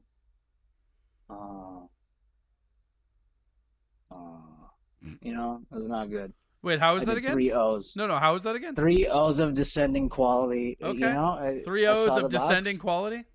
I saw the box and I was like, oh, that was the first Okay, O. okay. And I took a bite and went, oh. And then I kept chewing and I went, oh. Fun And that was the story. final Fun one. story about me and that Crave cereal, right? Yeah. I'm not made of what's called cereal money, right? Like I usually eat cereal even when I fucking. Mikey, that's not your favorite cereal. Fucking trolls in here. That's my favorite cereal, Crave. That's not your favorite cereal. Shut up. It's not. Your favorite cereal is probably Reese's Puffs. Yeah, you know, or fucking something. Cookie Crisp. Cinnamon Toast Crunch. Okay. Cinnamon Toast garbage. You don't like Cinnamon Toast Crunch? No, I do. I'm just feeling combative. Oh, okay. Do you Golden remember Grams. Cinnamon Toast French or what? Cinnamon French Toast Crunch? Yes, and it was fucking great. French Toast Crunch was the shit, and I don't know why they stopped making it, and I'm very upset. You have brought up some stuff. Yeah. Man, we went from bats to pangolin to like outdated fucking cereals. Yeah. Maybe that's caused the COVID, was the French Toast Crunch. Reese's this whole Puffs time. was the shit. They're still the shit. They're still out there. Go get They're them. still, it's not extinct. You can buy it. Yeah. You Do can we buy know? that. Do we know if grape nuts are dead yet? No, grape nuts unfortunately still exist. God, who the fuck is like, God, you know what I want for breakfast? Gravel. I would like soggy gravel in my gullet for the morning times. That will definitely charge me up. I remember seeing commercials for grape nuts as a kid, and I was like, those look pretty tight, you know? And They say did. They they're looked healthy. awesome. And then I bought them, and then I I even like I like my cereal like a little bit not soggy, but I like the milk to get in there a little bit and not be super That's crunchy. why Frosted Flakes is the all-star, man. That cereal is better Yeah, soggy exactly. than it is There crispy. you go. Yeah, you get it. So I did that. I did the Frosted Flakes strat with Whoa, my wait, hold on, Jacob. Are you talking about? That's crazy. He says he uses Cinnamon Toast Crunch and meatloaf. Mind blown. I bet that's pretty good. Wait, what? You put Cinnamon Toast Crunch in your meatloaf? Yeah, that's what he said. Or maybe he's talking I don't about know grape about- nuts. He might be talking about grape nuts. Both of those sound terrible, especially the grape nuts. Yeah, he said But- grape nuts. Grape nut meatloaf. No, we don't do that. Enjoy That's not how we cook. fucking breaking your blender, you turd. Yeah, you're going straight to hell for that. That's not the good. most I've ever seen Sean lash out at anyone. Yeah, Oh, that's a bad, terrible idea. You're going to hell. You're going immediately to hell for even thinking of trying that. Yeah, grape nuts suck. I remember seeing them as a kid on a commercial, and there's a guy eating them. He's like, "These are pretty great," and then I bought them, and I did the Frosted Flakes strat of soaking them in milk for leaving it in the milk for 30 seconds. Oh, they're not good And then, soggy either. Well, they don't get soggy is the thing. I don't think because I Oh bit no, into that. and I they was do. like, It just oh. takes hours, and it's fucking gross. It looks and tastes like you're eating foam. It's just I mean, either way, if you eat them soggy or fresh, it's just some cardboard. It's a mouthful of cardboard. and it was not MME good. says, when I was little, I knew that all Post cereals are for old people and suck. Man, what the fuck are you talking about? Post cereal, Oreo O's are a Post cereal. I feel What are you like talking Post has some heavy hitters. They have so many. I bet Grape Nuts is their profit horse though. Like I see those all the time. Fruity Pebbles is Post. Cocoa Pebbles is Post. Golden Crisp is Post. Golden Crisp is Post. Fucking Honeycomb is Post. Dude, Chips Ahoy, Honeycomb is Nutter Butter, amazing. and the new s'mores are all Post. Have you had that Yeah, Chips this- Ahoy cereal? That shit's weird. They also No. Post likes to buy out. Like this is really funny. I'm putting this on here as an image search, but like they like to buy out the rights to stuff and make it cereal. Like here's a Chips Ahoy, here's a Nutter Butter, here's a Twinkie Yeah. cereal, a Peep cereal, and a Drumstick cereal. Yeah, I applaud them for that. Dude, shit. Nilla wafer cereal. Okay, that's probably Yeah, these legit pretty guys are good. Cool. Cinnamon They're Toast breaking new Churros, Cinnamon ground, Toast man. Crunch is Post. Or no, that's They're- General yeah. Mills. Never mind. Not all of these are Post. These all I are. know. Though. Honeycomb? Remember Honeycomb? Yeah. Yeah. I said Honeycomb. Honeycomb is the shit. Yeah, but remember when I Honeycomb said is it, it Post. acted like it was my idea. Yeah, that's a good point. You know You're a what genius for old that. person cereal is dope though? Honey Bunches of Oats. That's a dope ass I was cereal. literally just about to say, I know this is an old person cereal, but Honey Bunches of Oats is, I would say, probably one of the most top tier cereals. Have you seen the like I don't give a Just fuck. Bunches one? That's my favorite. That's dangerous stuff, man. You can't let that. You can't just leave a box of that by me. It will disappear. It's dangerous stuff, man. It's so good. I don't know what. It's You want just to know? granola. You want to know my favorite cereal? And this is going to be like people are going to fucking hate this answer. It's an old person cereal as well, and I've loved it since Yeah. I was a kid. People are gonna. I mean, they're gonna fucking riot over this. You're shit. gonna say Weetabix or some shit. Nah, nothing like that, but close. You ready? You're gonna say Raisin Bran. Cracklin' Oat Bran. I have to Google this. Oh, dude, have I you don't ever know seen what that Cracklin' is. Oat Bran? They're like these little tiny square fucking oatmeal cookies, and they're fucking delicious. Kellogg's makes this shit. Yep. Let me check this out. These look terrible. Yeah, but they're good. They taste like oatmeal cookies. There's a lot of brown sugar in them. They're delicious. They look like, you ever had like a model airplane that comes as you get like a sheet of plastic and you have to break the pieces out? Yeah, they do look like you just broke pieces out. These look like they come on a plastic sheet. You know what I and always you thought have they to- looked like when I was a kid is I thought they looked like you know those like shredded wheats that they do? They look like the Yeah. misfits of shredded wheat. Like, let's just Yeah, clump them together in these weird ass like squares. These came out wrong, but we can box them and sell them as Yeah. something else. Some Call 'em dumbass that Cracklin' runs a Twitch show in Minneapolis is gonna love these. He's gonna say it's his favorite. Holy shit! Back the fuck up. There was a cinnamon pebbles. What? I don't Wait, what? Yeah, I think so. Yeah, I just know. I'm just Pebbles. looking right at it. I put it on the video for everybody else to verify. Yeah, Cinnamon Pebbles. Do they still make this? I don't know. This is a good. This is a very riveting topic. You know what's funny though is cereals. it actually is because everybody's been lighting up on this fucking chat room about. I'm not. Yeah, I'm not being ironic. I'm not saying that out of irony. Ran out of Cereal thought. is a Said very- next might be Mountain Dew cereal. God, that would be gross. Oh God, I wouldn't be surprised if they did something like that. I'm trying to think of like what's a gross cereal I've had aside from Grape Nuts. Grape Nuts is just it's bland and hurts your mouth. But What are it's those not like weird ass fucking Quaker puffs or whatever? Quaker has these like weird ass puffs that look like Craves, but there's nothing inside them. Yeah, that doesn't sound exciting. Quaker. I would not trust Quaker to make a good cereal. Let me check this out. It's just called Corn Crunch. Is that what it is? Is it? I don't know. Let's find out. This is called Corn Crunch. Yeah, puffed. Yeah. So they've got puffed wheat and puffed rice and corn. Like that's their whole. If you just type in Quaker puff cereal, you'll get there. But it's just like they have all these like weird, and it's just like, oh look, puffed rice, puffed wheat, puffed corn, puffed. I'm going to kill myself. You're right. It was Corn Crunch. Is exactly what I was talking about. Corn Crunch. I mean, at least come up with a Dude, good holy title. shit. Where is this? Hold on. Oh my god.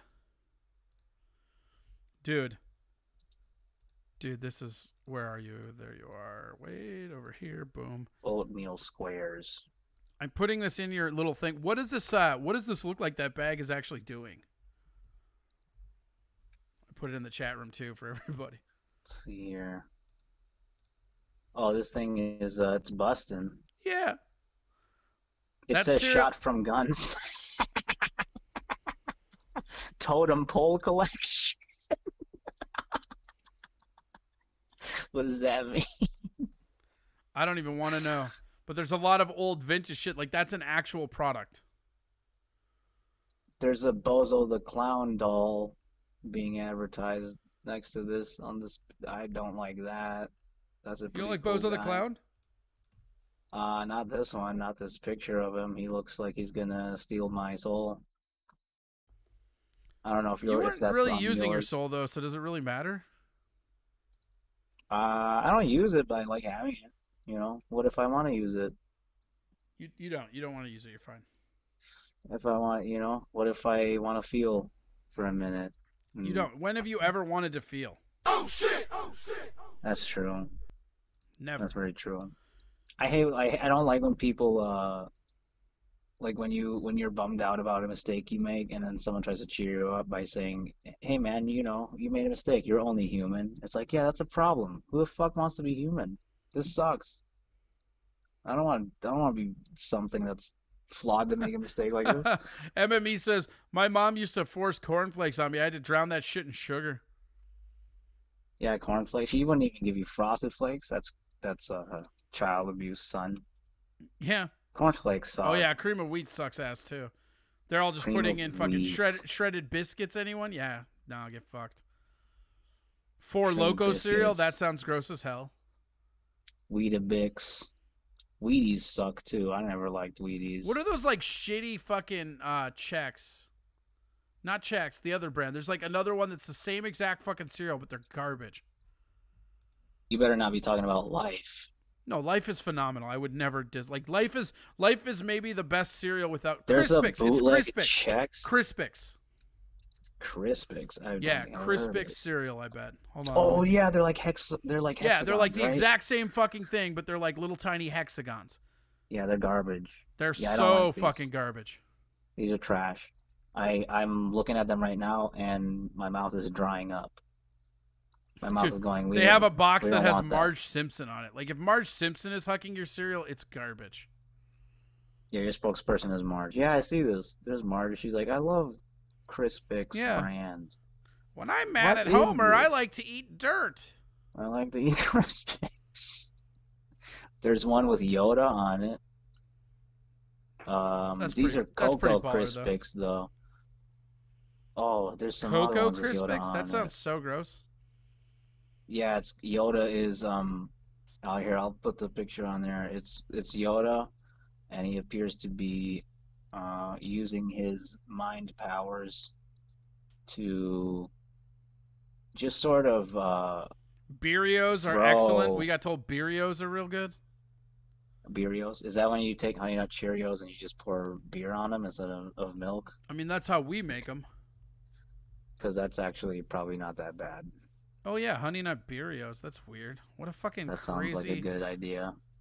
That's general. What the fuck are these? What the fuck? Wait, is this a real thing? I don't know. I can't tell if it's a meme or a real thing. Beerios? Yeah, just type in Beerios. Beerios.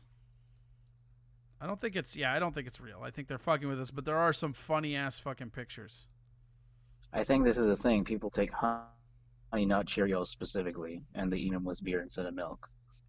Oh my god. Which is, the breakfast of champions, I guess, if you It's just are so fucking sad inclined. is what it is. It's just fucking sad. Well, we've been wasting a lot of time talking.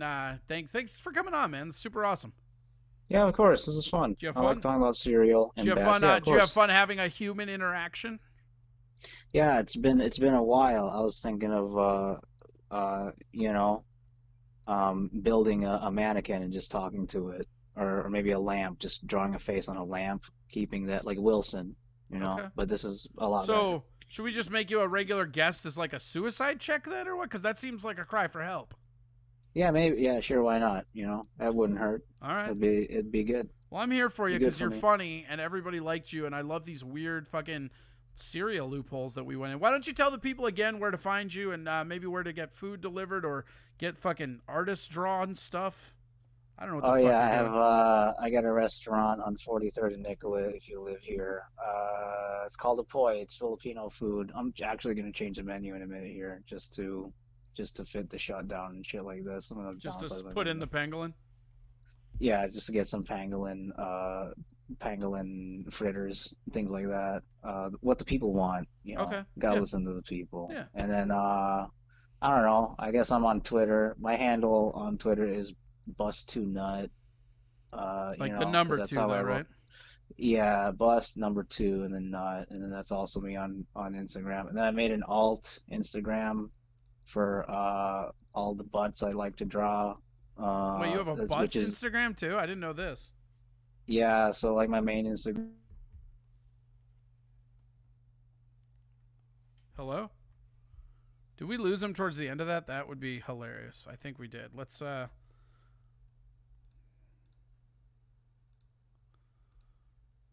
That was so close. That was so close. We were so close to getting a good run in.